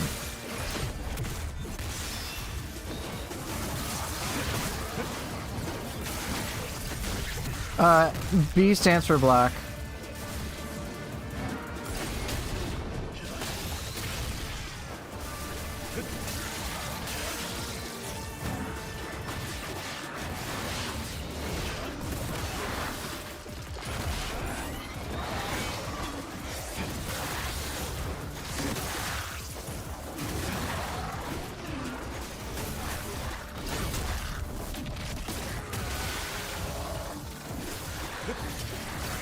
Dude, half my health gone. I fucking hate this.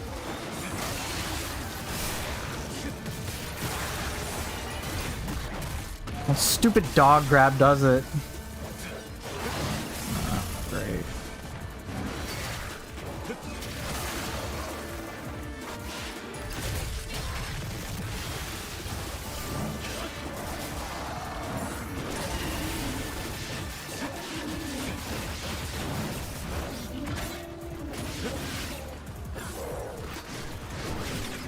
The hell? Stop it.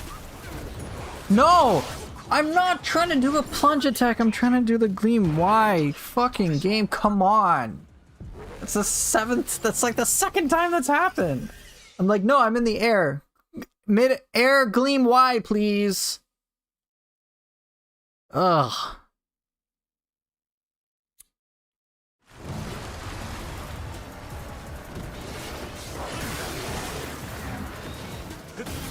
I didn't have any gauge. Oh. Well, then that changes things, doesn't it?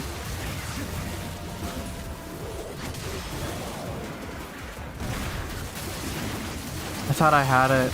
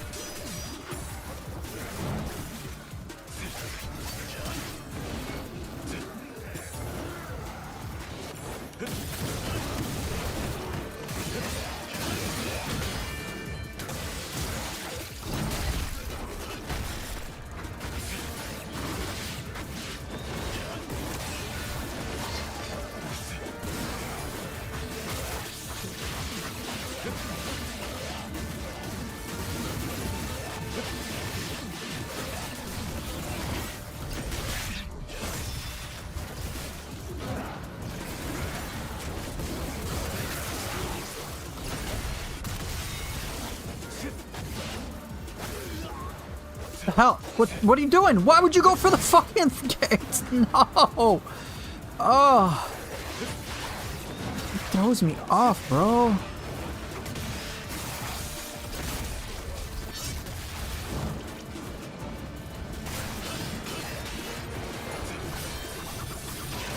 That's my fault.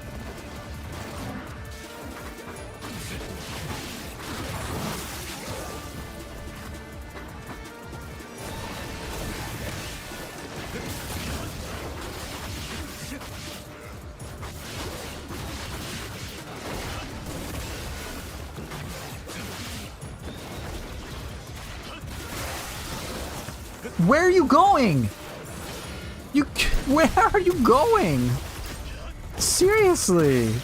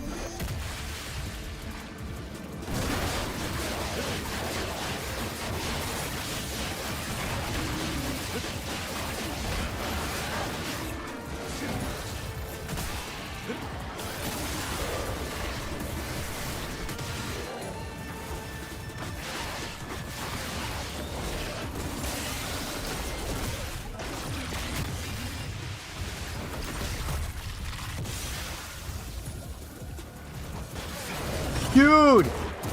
Fuck me.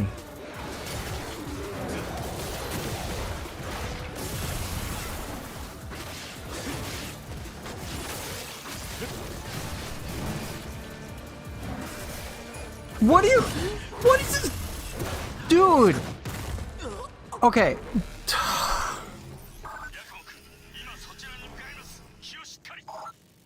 Dude, shit like this drives me nuts.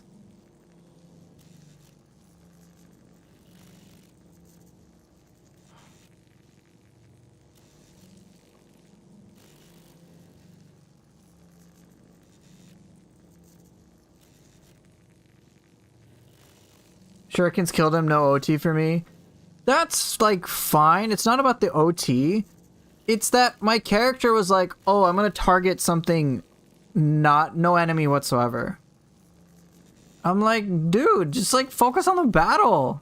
If I want to escape, I'll, like, make an obvious end to, like, disengage. But this, like, disengaged me. And then, and then, of course, the grab out of nowhere gets irritating. But, like, dude, it's so frustrating to have that shit happen. I want to fight the enemies. That's it.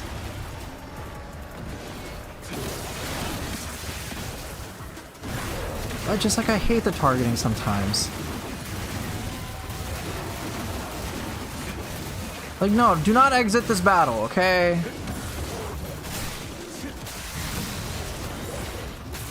What are you targeting, bro?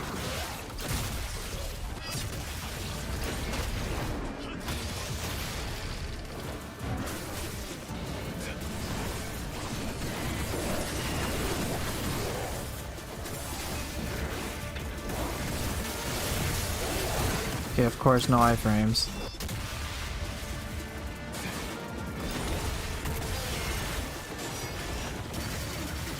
Where are you going? This is the shit I'm talking about. Soft law, motherfuck, it just...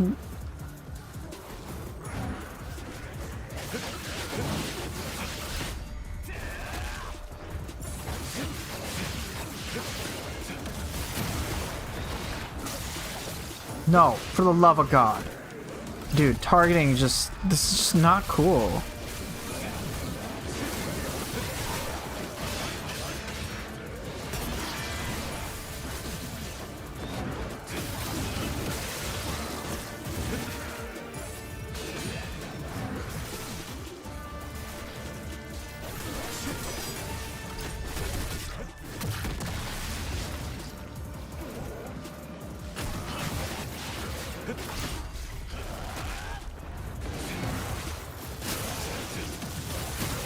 Oh, my bad.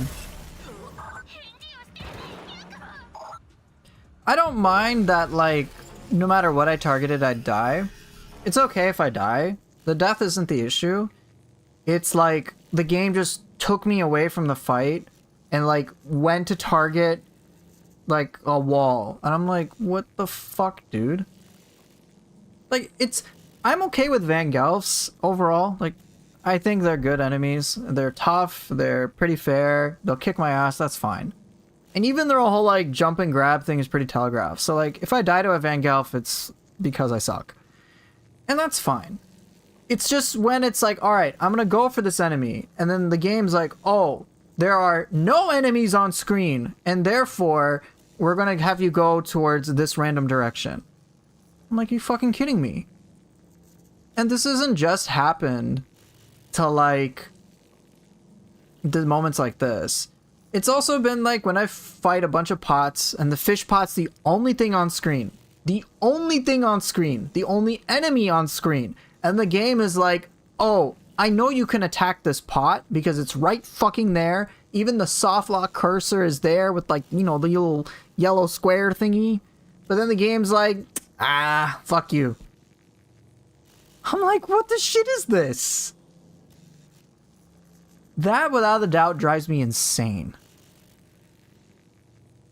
Because it's like, I can't do anything about it. I don't know how to navigate it. I don't know what do you want me to do? And so, yeah, like, okay, so back to the Vangelf thing. I'm not, like, happy to get grabbed. It's still very frustrating. Comes out of fucking nowhere. But it's like, that's like, oh, I died because I suck for me. I'm like, oh, I could have paid attention. I could have seen it readying up its super scary grab, so, like, I need to avoid it. It's just, that's fine. Me dying to an enemy because I suck is totally fine.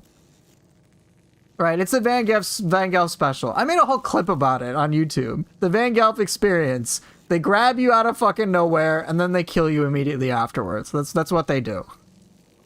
Alright, that's what they do. But this, like, inability for me to even engage with the game and then die because of it is so aggravating.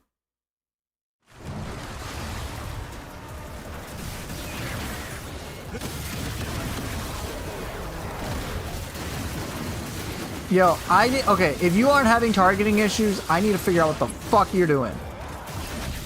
What are you doing? Seriously, because, oh, am I gonna die? I don't know, that was a risk.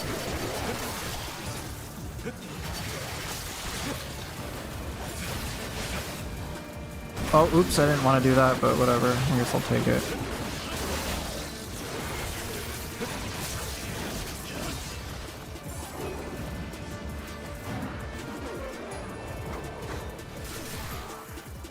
Come on.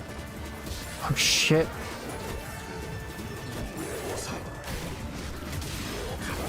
Oh, God.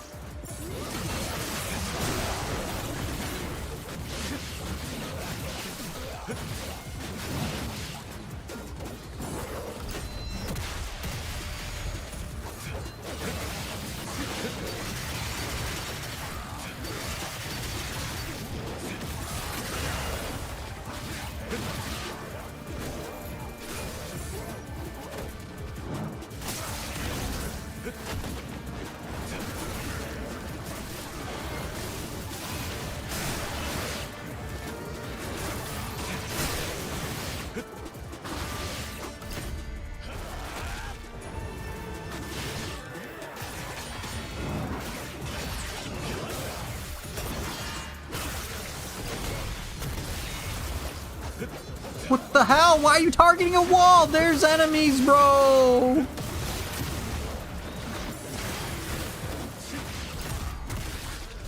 Okay, get the delimbed enemy, please. Oh, that's not a delimbed enemy. Okay, good to know.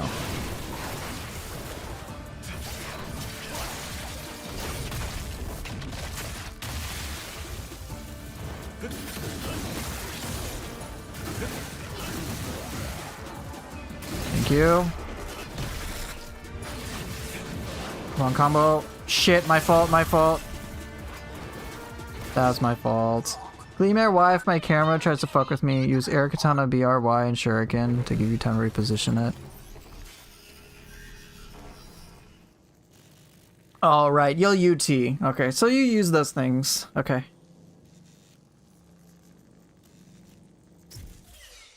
I use Shuriken a lot to see where he's gonna want to go next. Yeah, that's what I do too. Okay, it's because I'm not using UTs, so that hurts a lot.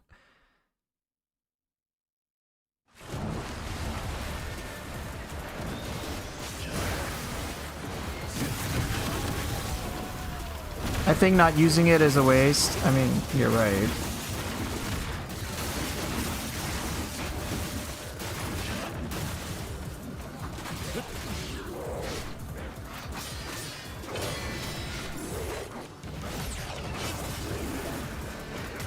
What? Oh, I guess.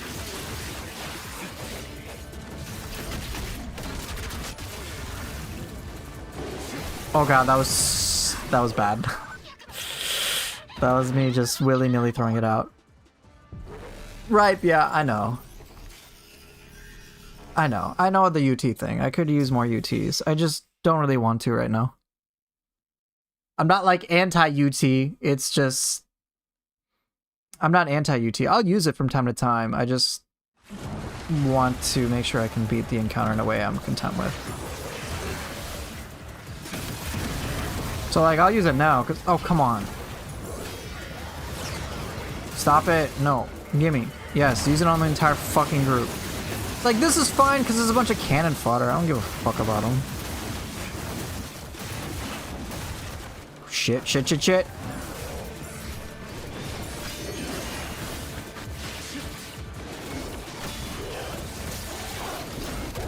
Right, they are only boring if I spam. Oh shit. Shit, shit, shit.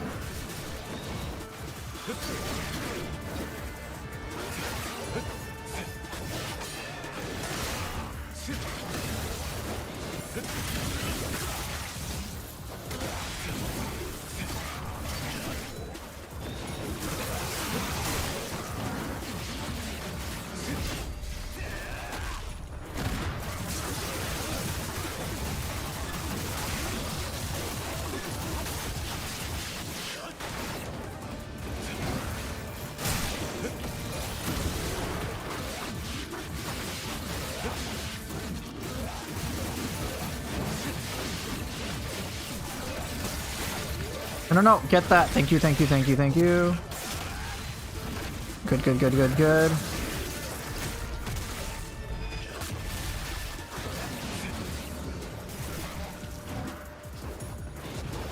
Take the risk! Yes!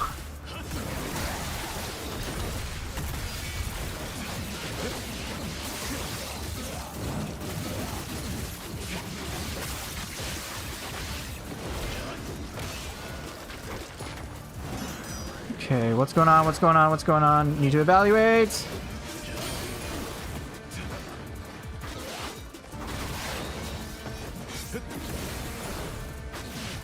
I don't know what's happening anymore.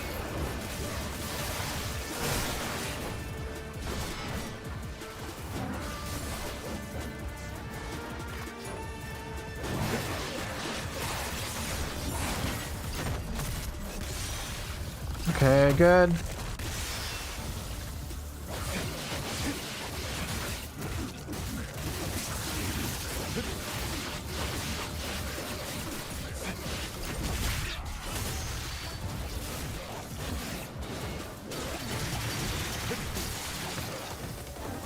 No, stop! Oh my god, no. That stuff is annoying.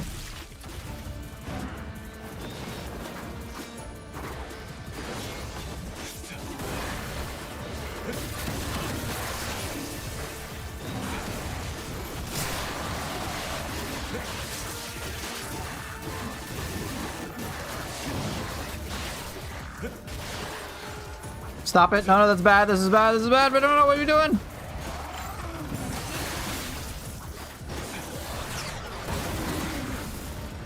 Good, good, good.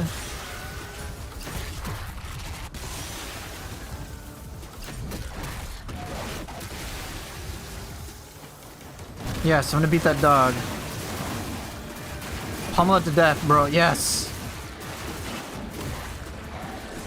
Oof, my face. That hurts.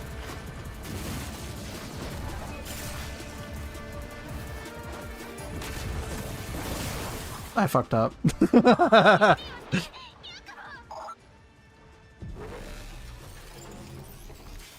I'm surprised they didn't have like a gauge for UTs or something. It's like you have a gauge to charge up your ultimate technique. Just like you have a gauge for Blood Raven and stuff. I'm like, they might as well have done that.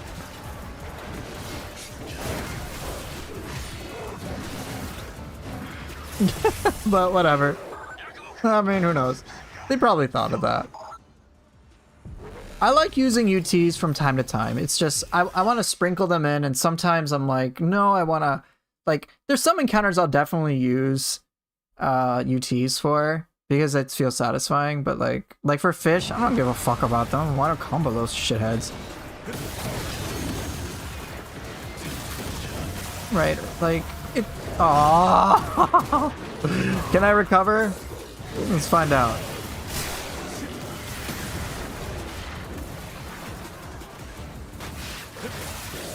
Nope.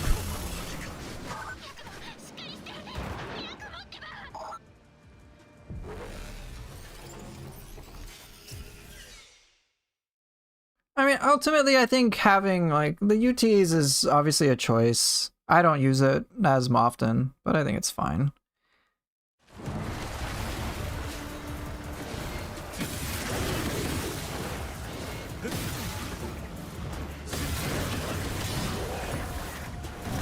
Yes, kill the zombies.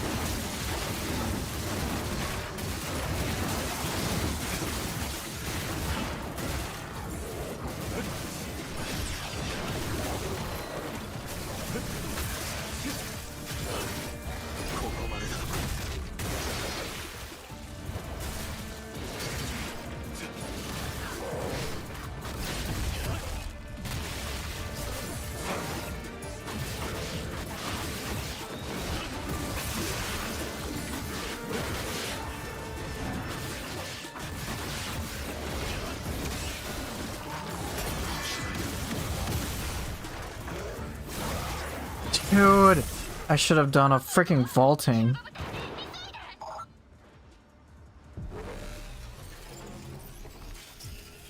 Yeah, I'm not using Azuna drop that often, UT that often. There's a lot of things I'm not using that often. It's for me to get accustomed to using certain skills more often. Son of a bitch.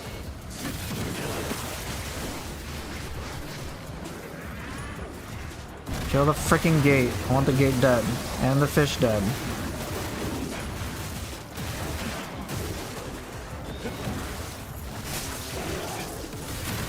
Yes, please die. Excellent. Oh, my face.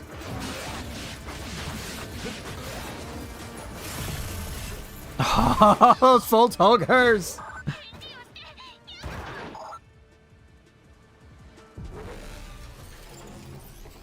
But yeah, oh, like, people can spam their UTs.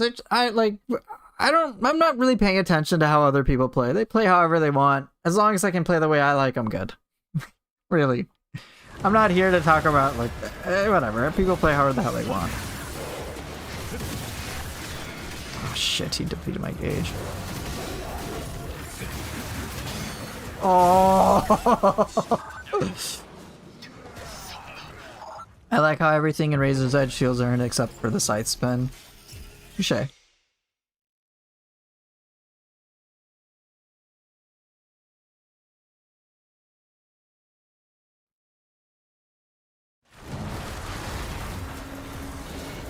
Why did you go for that, you fucking game? Come on. Yeah, there you go. I also just...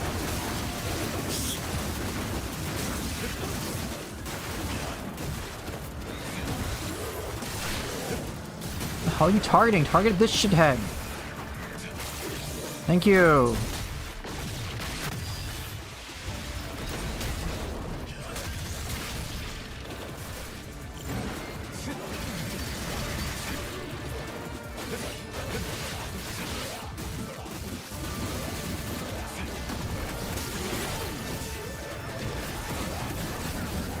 Can you just kill this thing?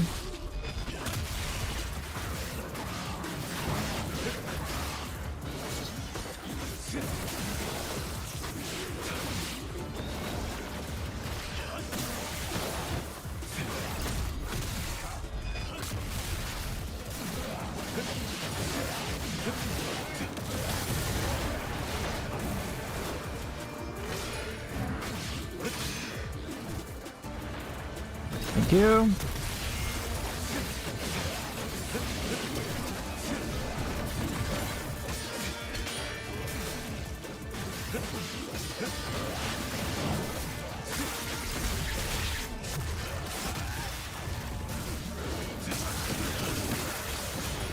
Shit, I ran out of gauge. No, get him!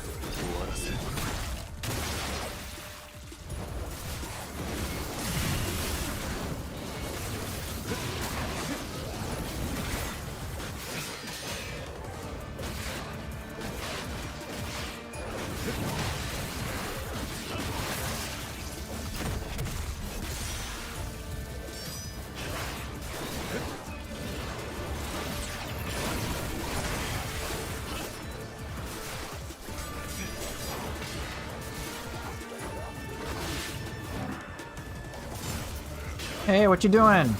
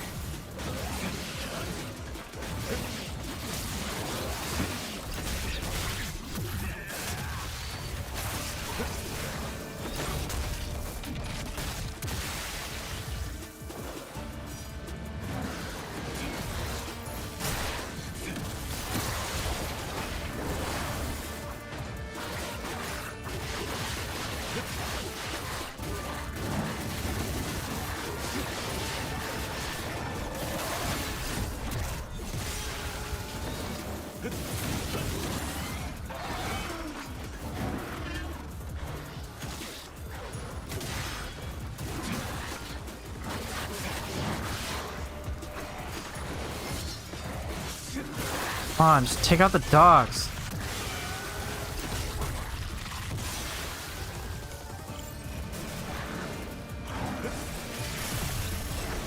What? It was fucking locked on. You cannot be serious.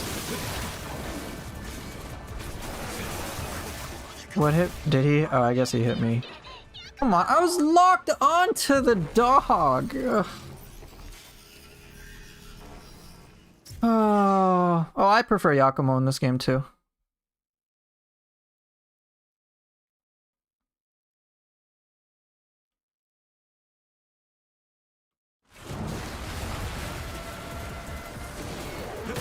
Why would you switch fucking targets that way? Why would you do it again? Oh my god, this is, I have to like lock onto the fucking thing. I'm not happy. I'm not a happy camper.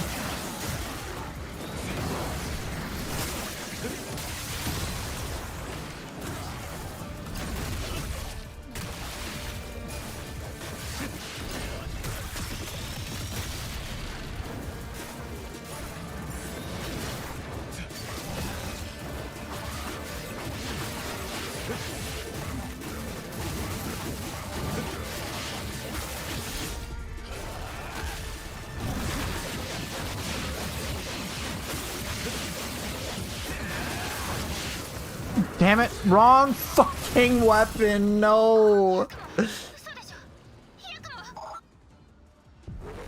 Up, down, drill X does not track at range, forget about that. That's so rough. Or should, at least went straight. Oh well, fine, if it doesn't track at range, it doesn't track at range.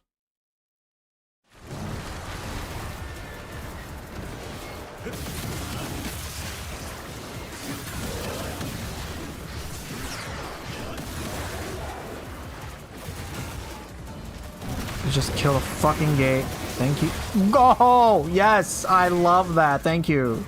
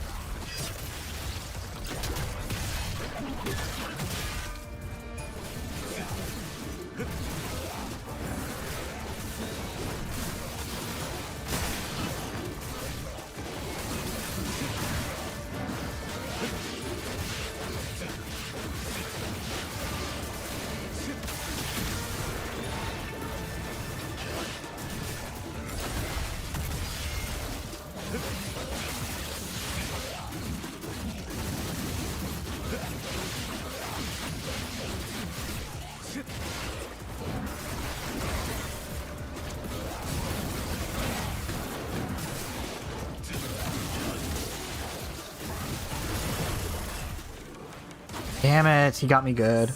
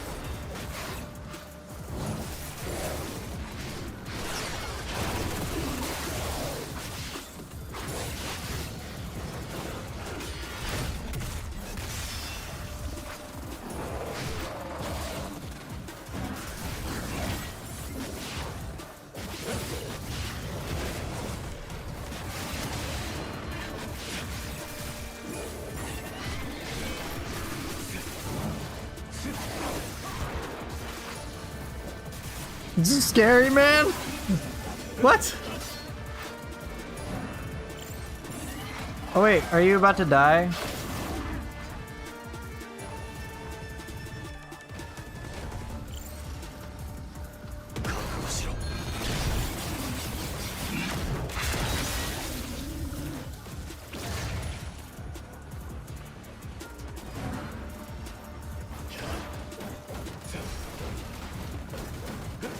That was spooky.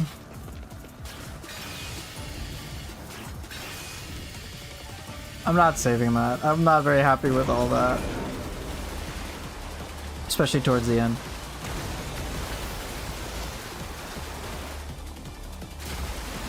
That took me a long time. Yeah, it took me forever, bro. That encounter is rough. But I minimize UT usage. Yeah, the end was not it. I wasn't happy with the end. I like panicked so much with the Van Gelf. Oh well, you can always do it again another time.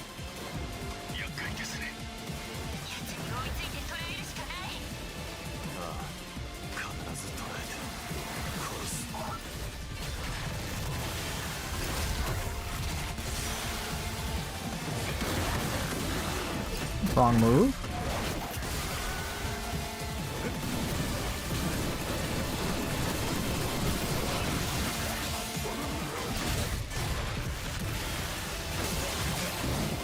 No, I don't feel bad, bro.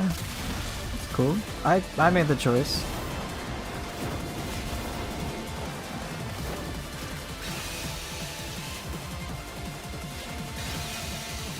I want to get better at parts like that.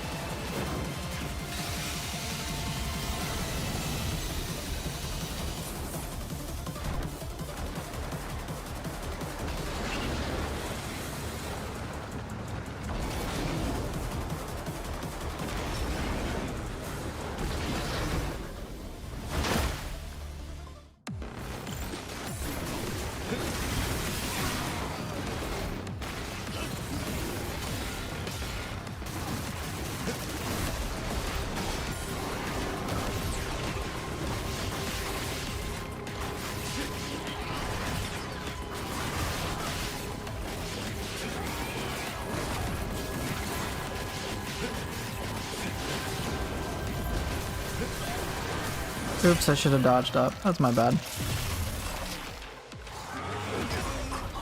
I was kind of hoping you'd make them fly to the abyss with a guillotine throw. That would have been cool. It's all good, yeah. Yeah, I did a double grab. I should have just... All you gotta do is just jump up, and then you'll be fine. Jump up or do a vaulting stance. It works, but dodging back doesn't seem to help.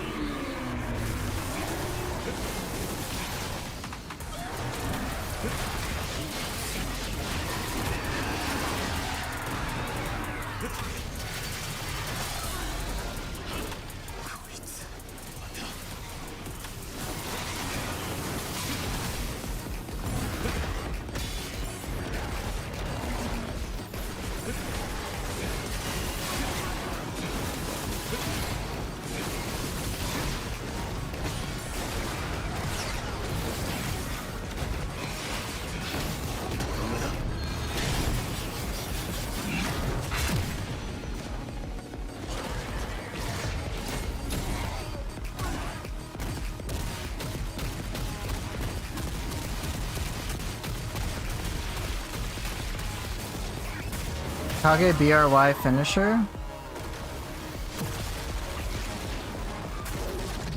Really? Wait, which one? Which one though specifically?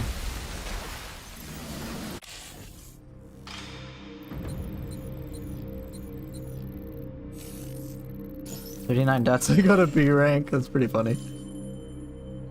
Oh, third Y? Okay, so are you saying YY BRY?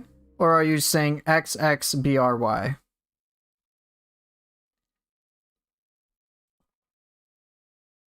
That one I wasn't clear on. Any? Just any? As long as you get to the tracking spin. Interesting, okay.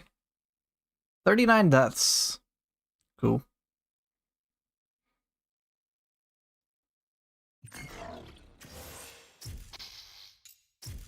As long as you get to the third BRY, okay. Alright, I mean, third BRY. I mean, okay. I mean, if it works, it works. You'll have to chain link it, otherwise you're too slow. Okay, interesting. So I could do like XXBRY. Alright. Oof.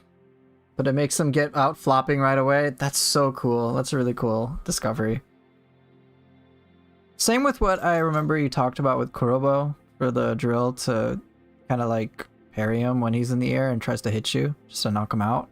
It's a pretty cool find.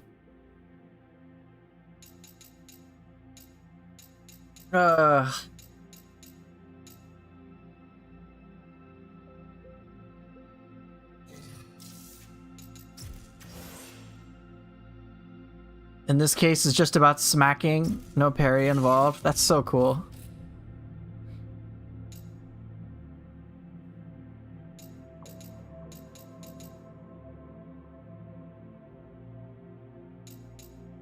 Look at all these S ranks.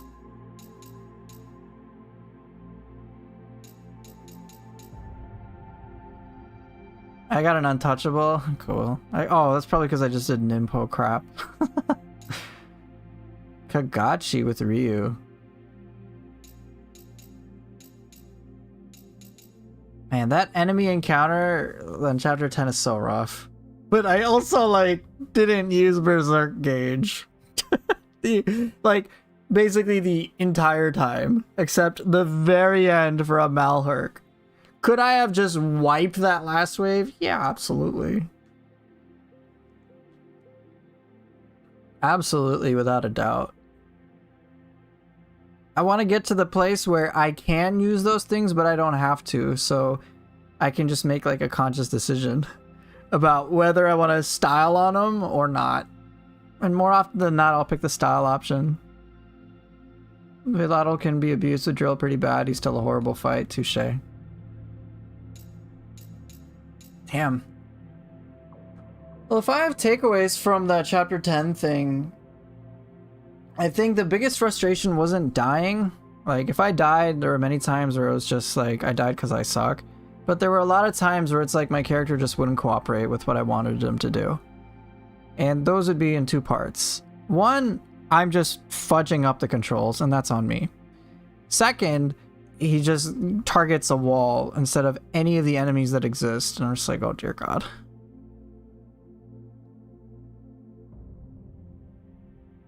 I just, like, you know, want to be able to generally see what's happening at all times. I even have the enemy attack focus thing. You never saw that wall targeting with no enemy present? Yeah, it's very frustrating.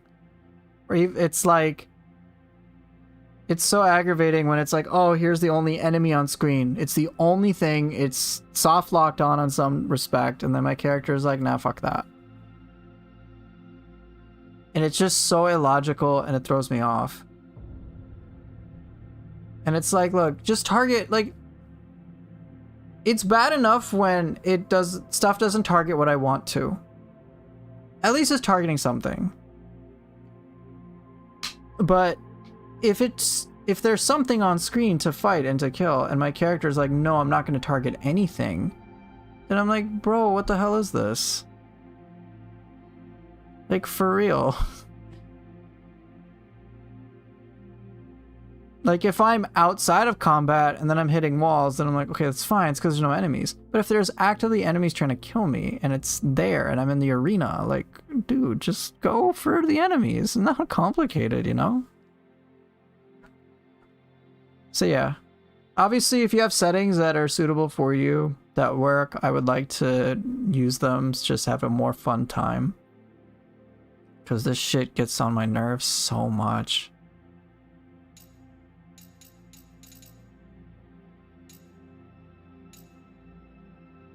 Oof.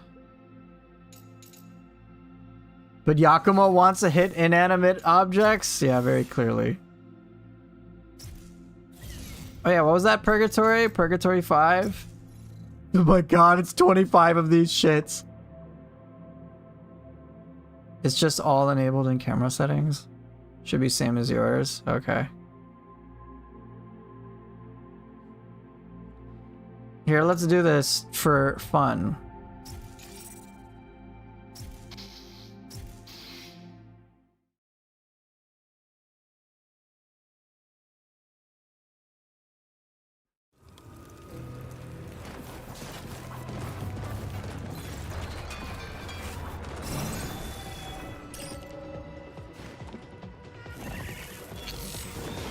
I'll show them to ASAP. Oh, great, I didn't hit a single thing.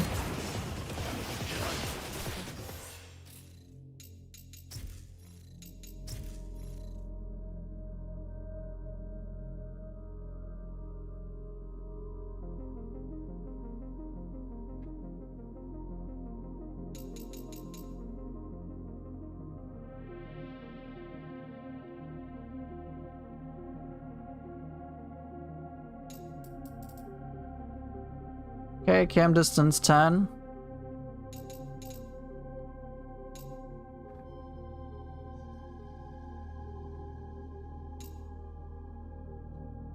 Anything else?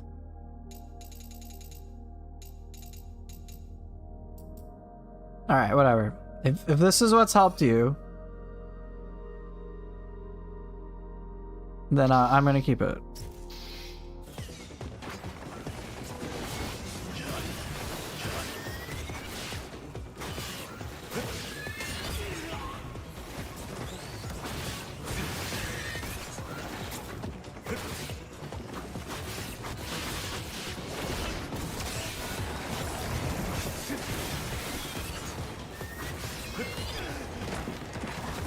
Rude. I'm trying auto follow on. I'm just testing it. But yeah, I'll try more cam distance.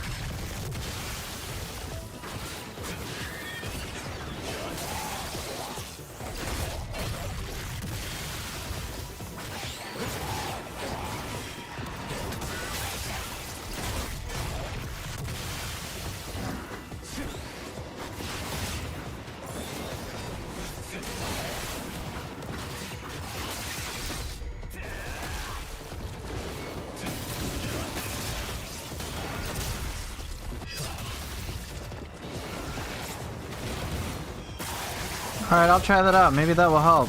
I really hope it does.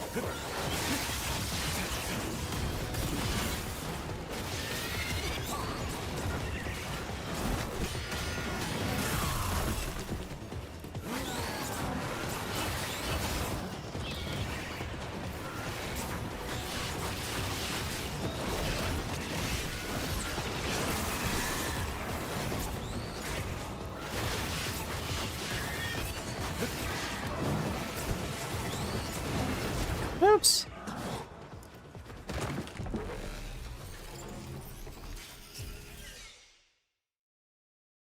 I'll try that out. Like, next time I can just do chapter 10 again and...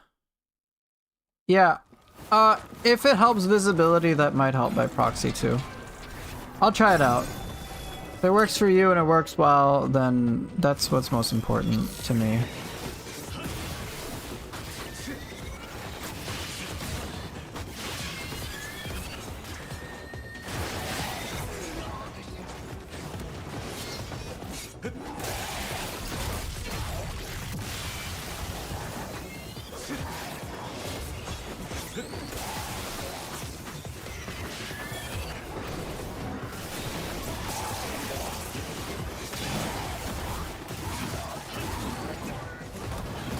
The hell, yo?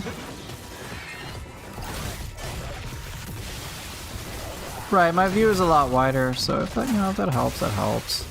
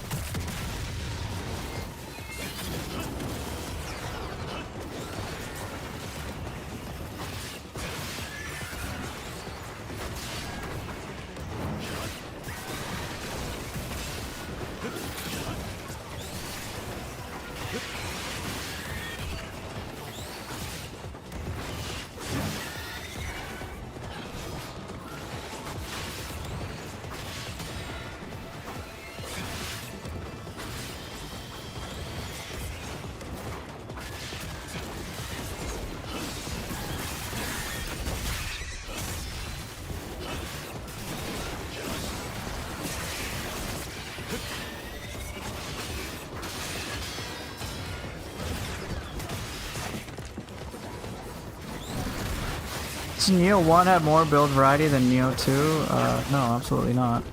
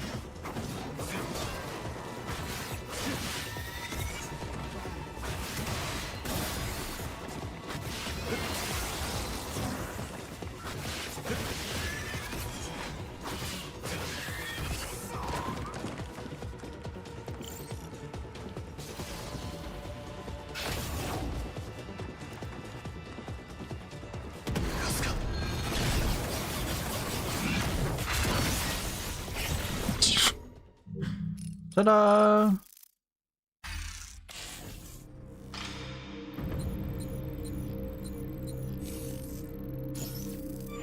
Cool. Could have used Berserk, I chose not to.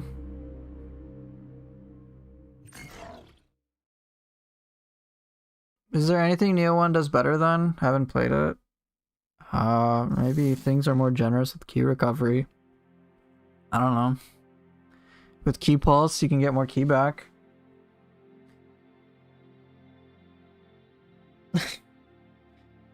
Let me just put it this way. Maybe there is something Neo 1 does better, but I sure as shit don't know what it is. For me, Neo 2 is so much more awesome overall in every like conceivable way that I just play Neo 2. I have largely forgotten about Neo 1 entirely.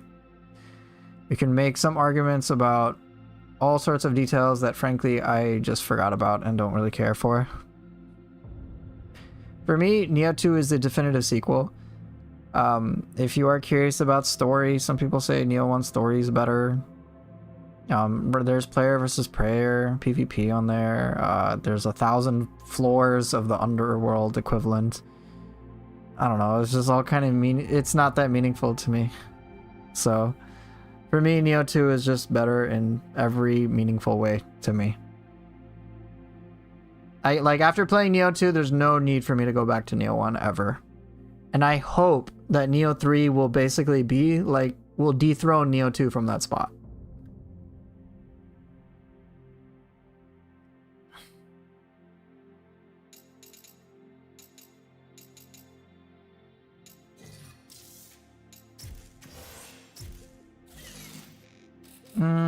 I'm in the mood to... Who am I in the mood to fight? Let's fight Ryu. Why not?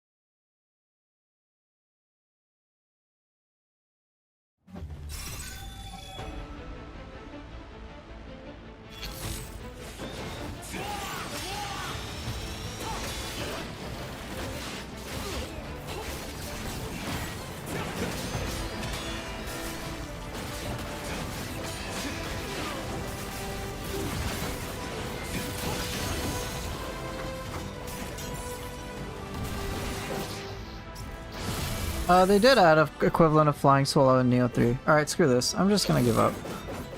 Let's just chat. I think I'm done playing. I already played enough. I don't need to fight Ryu when I'm like already tired. The picture of Yakumo immediately trying to drill open the wall to leave at the start of the fight is hilarious. Touche, touche. Here, let me just quit out of this. Okay. No, that's not what I want. Here, we'll just put this on and chat about things. Okay. So, question, Poofer, do you often have Ryu and Yakumo be equipped with the same accessory, or do I give them different ones? I do give them the same one. The exception being, sometimes on Ryu, I will give him Conspiracy Ring and Blood Oath Scroll, but I will do that when I want to basically trivialize certain combat trials. And at that point, I just want to spam Piercing Void and just like nuke everything. So that's that. But for the most part, they have a shared build, I guess, which is just based on life recovery in general. They should add Flying Swallow in Neo 3. They basically are dead. Ninja Sword gets a move called Sky Rift, which functions pretty much like Flying Swallow.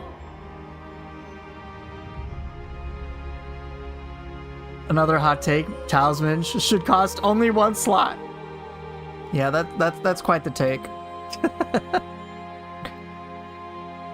Let's have a super increased attack power stack with and cost the exact same as low attack power increase. I'm just fucking with you. Let's see, I missed a lot of things in chat because I was so focused on whatnot. I think Swolepool had made a mention about some Ninja Gaiden thing. Alright, where was it? It was a while ago, I think. I think I was saying something to the effect of, like, it doesn't really bother me how other people play.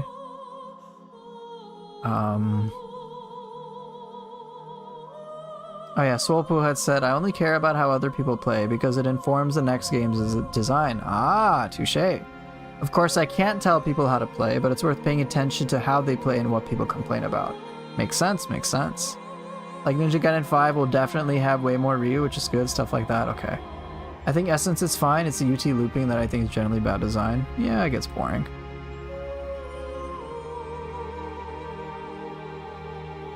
I know, Bia, I'm just messing with you.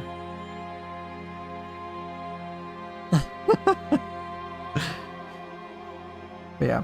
Anyway, so I think Swolpool left, so I think I'm here. He's not here. Do I have any ideas about the new weapon types for Neo 3? They've released the identities of all 14 weapons for Neo 3. But in a nutshell, it's the following. Take the 11 weapons from Neo 2, split them up in between the two styles, and then give Ninja Style Ninja Sword, Dual Ninja Swords, and Talons.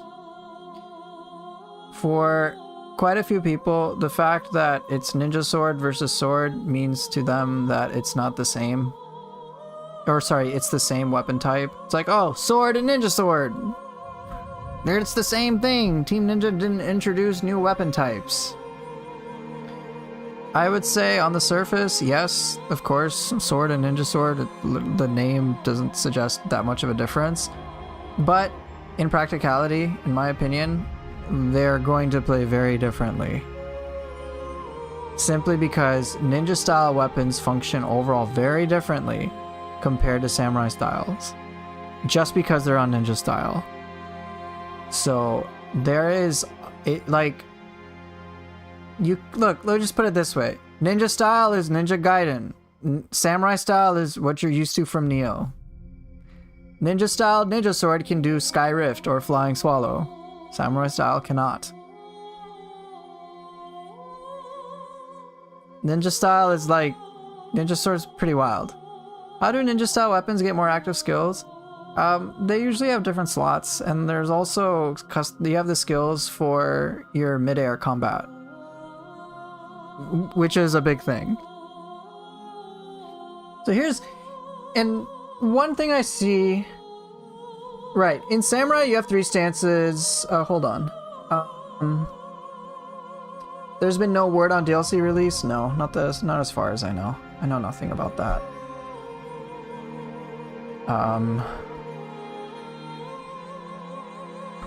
Okay. Are there any weapons that permanently lost their stances? Technically, yes. So, because you have the 11 weapons from Neo 2 have been split in between the styles, what's happened is that weapons that are now on ninja style, they don't have stances anymore. So, for example, the 4 weapons that are now ninja style only are as follows: Kusarigama, Tonfa, Hatchets, and Split Staff. You got those 4. I'll say that again. Kusarigama, Tonfa, Hatchets, Split Staff. So they don't have stances anymore. But just because they lost stances, to me anyway, it's like, I don't really think it's as big of a deal as other people consider it to be. And here's why. Many people will look at samurai style and think of 3 stances: high, mid, and low. But ninja style kind of has its own 3 stances. It's just 3 different dimensions of gameplay. And here's what they are. You've got your usual ground-based weapon play. No doubt, it's there.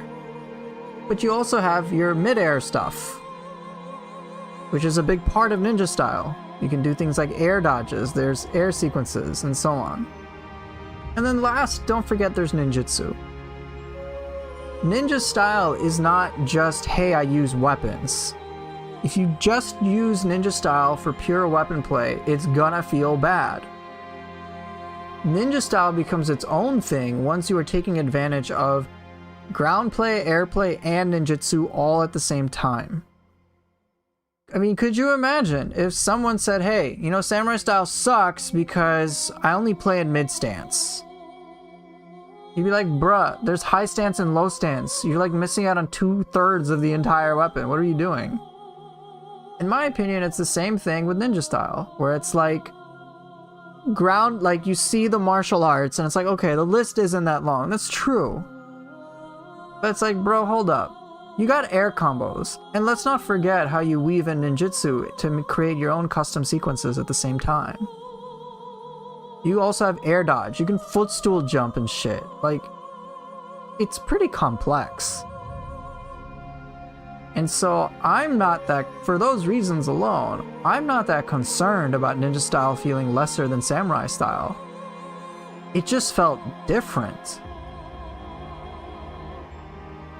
For me, samurai style and ninja style, one, it's awesome to be able to switch in between them, and you can have 2 weapons on each of them, which is already wild. But it's like, to me, each of them feels great for different reasons. Neither of them felt shit. At first it did when I was playing the alpha demo because I just didn't understand what was happening. I didn't understand how to work with ninja style. It was so new to me. But there was a moment as I just started to investigate and kind of peel back the layers of each of those styles where I was starting to go, hey, ninja style seems so much better than samurai style. And then I'd get a little more information about samurai style, and then I'd be like, whoa, there's a lot of good shit when it comes to samurai style. Whoa, now ninja style seems weak. And it kind of like kept going back and forth, and then eventually I just hit this point where I'm like, dude, I think both are great. Both are awesome, and what's so cool is like they just have different pros and cons. And they're so fucking fun. And I like both of them. And there's so many cool things I can do with them. And I'm seeing how I'm not good at certain things, but I can imagine a gameplay's gonna get fucking fire when I really understand more and more how to use these things. Like with ninja style, I was first started out playing just pure weapons, and I'd run out of ki and I'd be like, what the hell do I do? And then like when I start weaving in air combos and start weaving in dodges, I'm like, oh, that's kind of cool, that's pretty fun. Then like I started weaving in ninjutsu. How's aerial style interacting with small enemies like regular humans? I haven't tested that out enough, so I can't say, nor do I remember. But I certainly think it was fun to like footstool jump them. Like if you look at YouTuber Kagera Simaru, he would do like non-stop footstool jumps. Footstool jump, do a bunch of attacks, like just keep jumping. I was like, what the hell is this?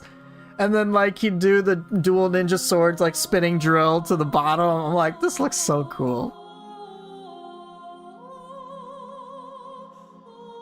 So it's pretty fun. But right, when I went to, so back to ninja style, I was struggling with ki. Because no ki pulse, and I'm so used to ki pulse. And I'm like, okay, I guess I can dodge. But it's like, yeah, but there's gonna be moments where an enemy isn't attacking and I run out of ki. What the fuck do I do then? I can't just like wait, like I can wait, but it feels awkward. So of course you have the guardian spirit skills, but even notwithstanding that, like if I run out of spirit force, what else can I do? Oh yeah, ninjutsu. And with the ninjutsu, because I could pick 3 of any type I wanted, I picked out ninjutsu that really appealed to me. A lot of the physical arts I loved. Stuff like Cicada Shell was basically Cicada Surge. It was great. It was like teleport behind an enemy no matter how far away they are. I was like, okay, this is great. Oh, they're about to hit me. Boop! Teleport behind them and kick their ass. I was like, this is great. And I'm regenerating ki during the animation. Like, yeah! So it just started to have like this nice sense of flow with it, and it was awesome. So I started to really love ninja style for that reason. So question, ninja style has a lower entry point but a higher skill ceiling. I don't, compared to samurai style, I don't think so. Like, I think it's just different. Honestly, it's just different compared to samurai style. It's not like easier or harder. It's just different. So it's like different types of thinking. If you play ninja style like samurai style, it's gonna be frustrating as shit. If you appreciate ninja style as its own thing and try to learn with that, I think you'll be fine. Like, I'm not gonna say it has lower entry point and a higher skill ceiling, because samurai style has an intense skill ceiling as well, with like all the arts proficiency and the customization of all the martial arts. Like, it's a lot, not to mention Flux 2 into Frost Moon. Like, it's crazy. It's like sure, I could say Samurai style is easier because you don't have to manage ninjutsu and you don't have to manage air gameplay, and all you have to do is just keep pulse after every attack, so you don't have to worry about running out. Like, I could say, yeah, sure, that's a lower entry point, but I imagine that doesn't really vibe. So, I guess my point being is, I think the question of whether it has a lower entry point but a higher skill ceiling might just lead to kind of flawed thinking in a way. And just kind of lead you down a path of, like, making comparisons that kind of kill enjoyment at large. And the truth is, I don't know whether it does have a lower entry point and a higher skill ceiling. I just know that it's very different functionally, and it's great so far. How generous is the perfect dodge? Pretty generous. It was not like Ninja Gaiden 4 parries. It was more like timely. It was more like Neo 2's timely guard timing. Just dodge at that moment, you'll be good too.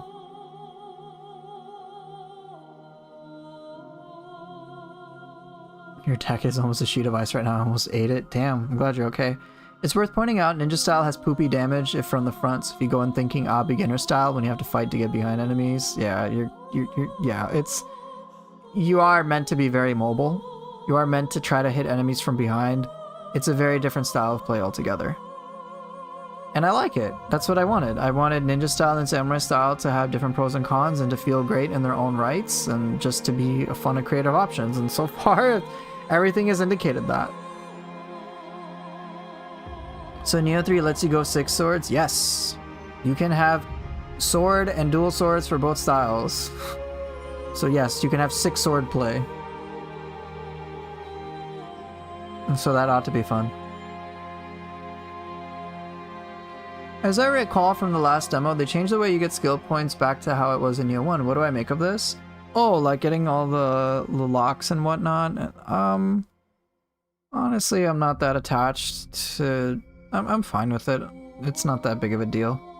Hey Amber, yeah, I'm about to end the stream. I'm fine with it, Thunderhead. It's not... It's one of those details that I'm not that big about.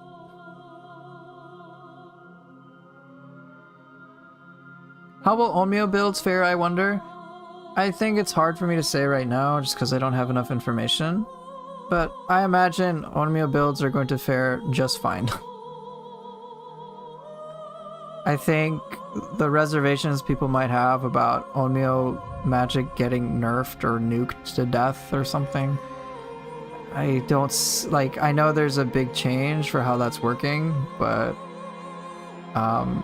I think Team Ninja recognizes that Onmyo magic is a big part of their series, and I seriously doubt that they're going to make it shit. Especially considering they have the Onmyo magic relegated to Soul Core Box and Summoning Seals. I'm sure there will be extensive Onmyo magic support. And I say that because they've already put in skills that are common to both styles that I did not remotely expect them to put in. For example, versatility is now an equipable skill. You don't need a build. You don't need Susanoo's Grace. You don't need Benzai Ten's Grace. You can just equip versatility.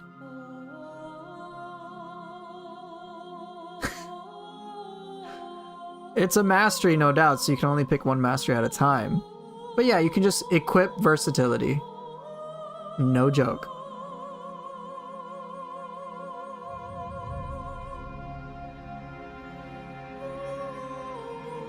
It's an unlockable skill that for, you know how you have like your ninja skills and your samurai skills? I'm not talking about like the weapon skill trees. So to me, when I see that versatility is an equipable skill common to both styles, I'm like, dude, Team Ninja, are y'all crazy? And I messed around with it, by the way, in the demo that I played in November. I equipped versatility. I have screenshots, I got proof and whatnot.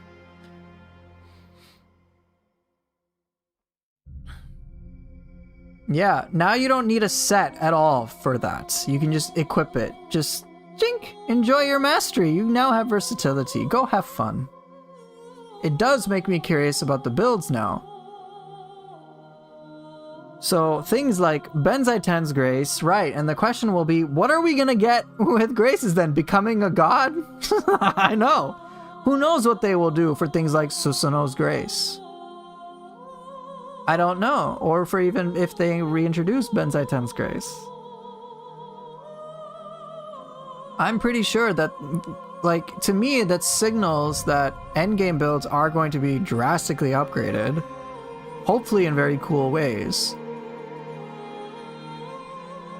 Like, it's pretty wild. I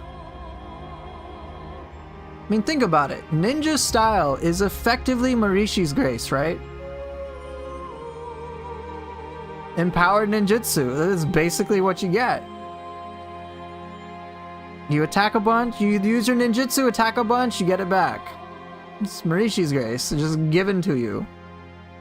It's a default mechanic. I'm willing to bet they'll have some equivalent mastery that kind of feels like Tsukuyomi's Grace. Where you equip that and you can, like, refill your Onmyo magic or your summoning seals. That's like my guess. It's possible, no? There's like so much customization and wild creativity that, like, I just cannot begin to imagine just how much awesomeness is possible.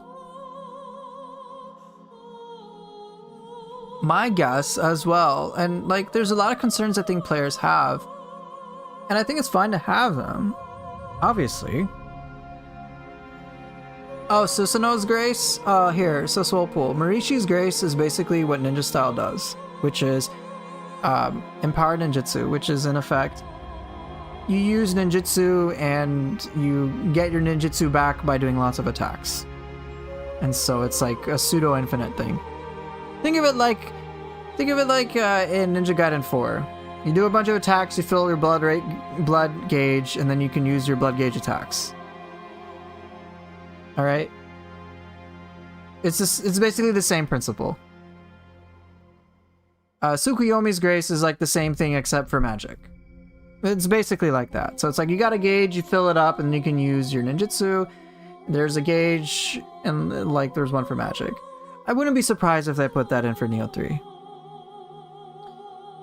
For at least the magic. They've already done that for ninjutsu. So like that's there. But yeah, like, sky's the limit. In my opinion.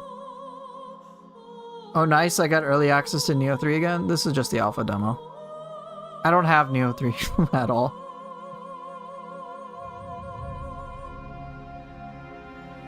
But yeah. So yeah, I think overall, like, I'm pretty... Oh yeah, what I wanted to say was, I understand people have reservations over things related to Neo 3. That's fine. People have their concerns, they have their worries, and the truth be told, the only way for them to have their worries, I guess, quelled, their fears addressed, is to just see raw evidence that proves things on the contrary. Well, yeah. In the same way, I make a lot of claims, but none of that means shit if the game doesn't run well, like some of you are naturally worried. Alright, thanks for dropping by, KB Action Games. Good to see you. So last thing I'll say is, like, I have concerns about the PC performance.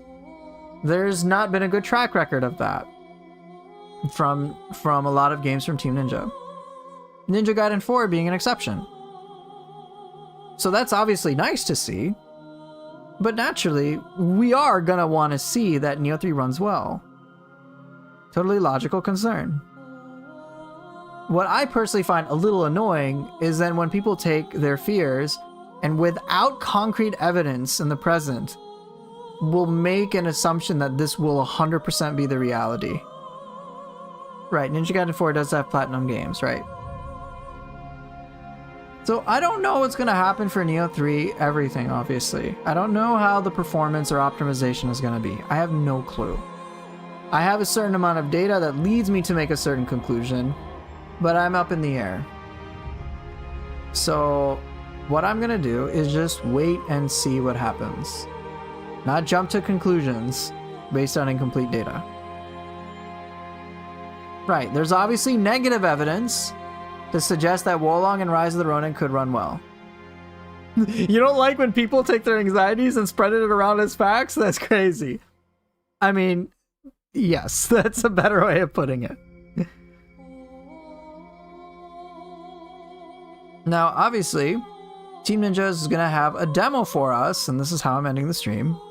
We're getting a demo in less than 12 days. Can you believe it? In under 12 days, we will have in our hands a demo for Neo 3, and that will accurately represent what we can expect for the full product for Neo 3. At least the start. You get to try that out for free 1 week in advance to decide whether or not you think the game is for you for whatever reason. So you can find out yourself. And I'm excited for that because our data from that demo transfers. Save data transfers. What you do in that demo matters. So yeah,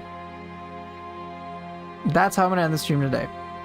I'm excited for Neo 3, hope you guys are as well, but you get to find out whether or not if it's for you in under 2 weeks. This is it. Anyway, time for me to go. Thank you guys for watching, for being here as usual, and I will see everybody later. Take care and bye.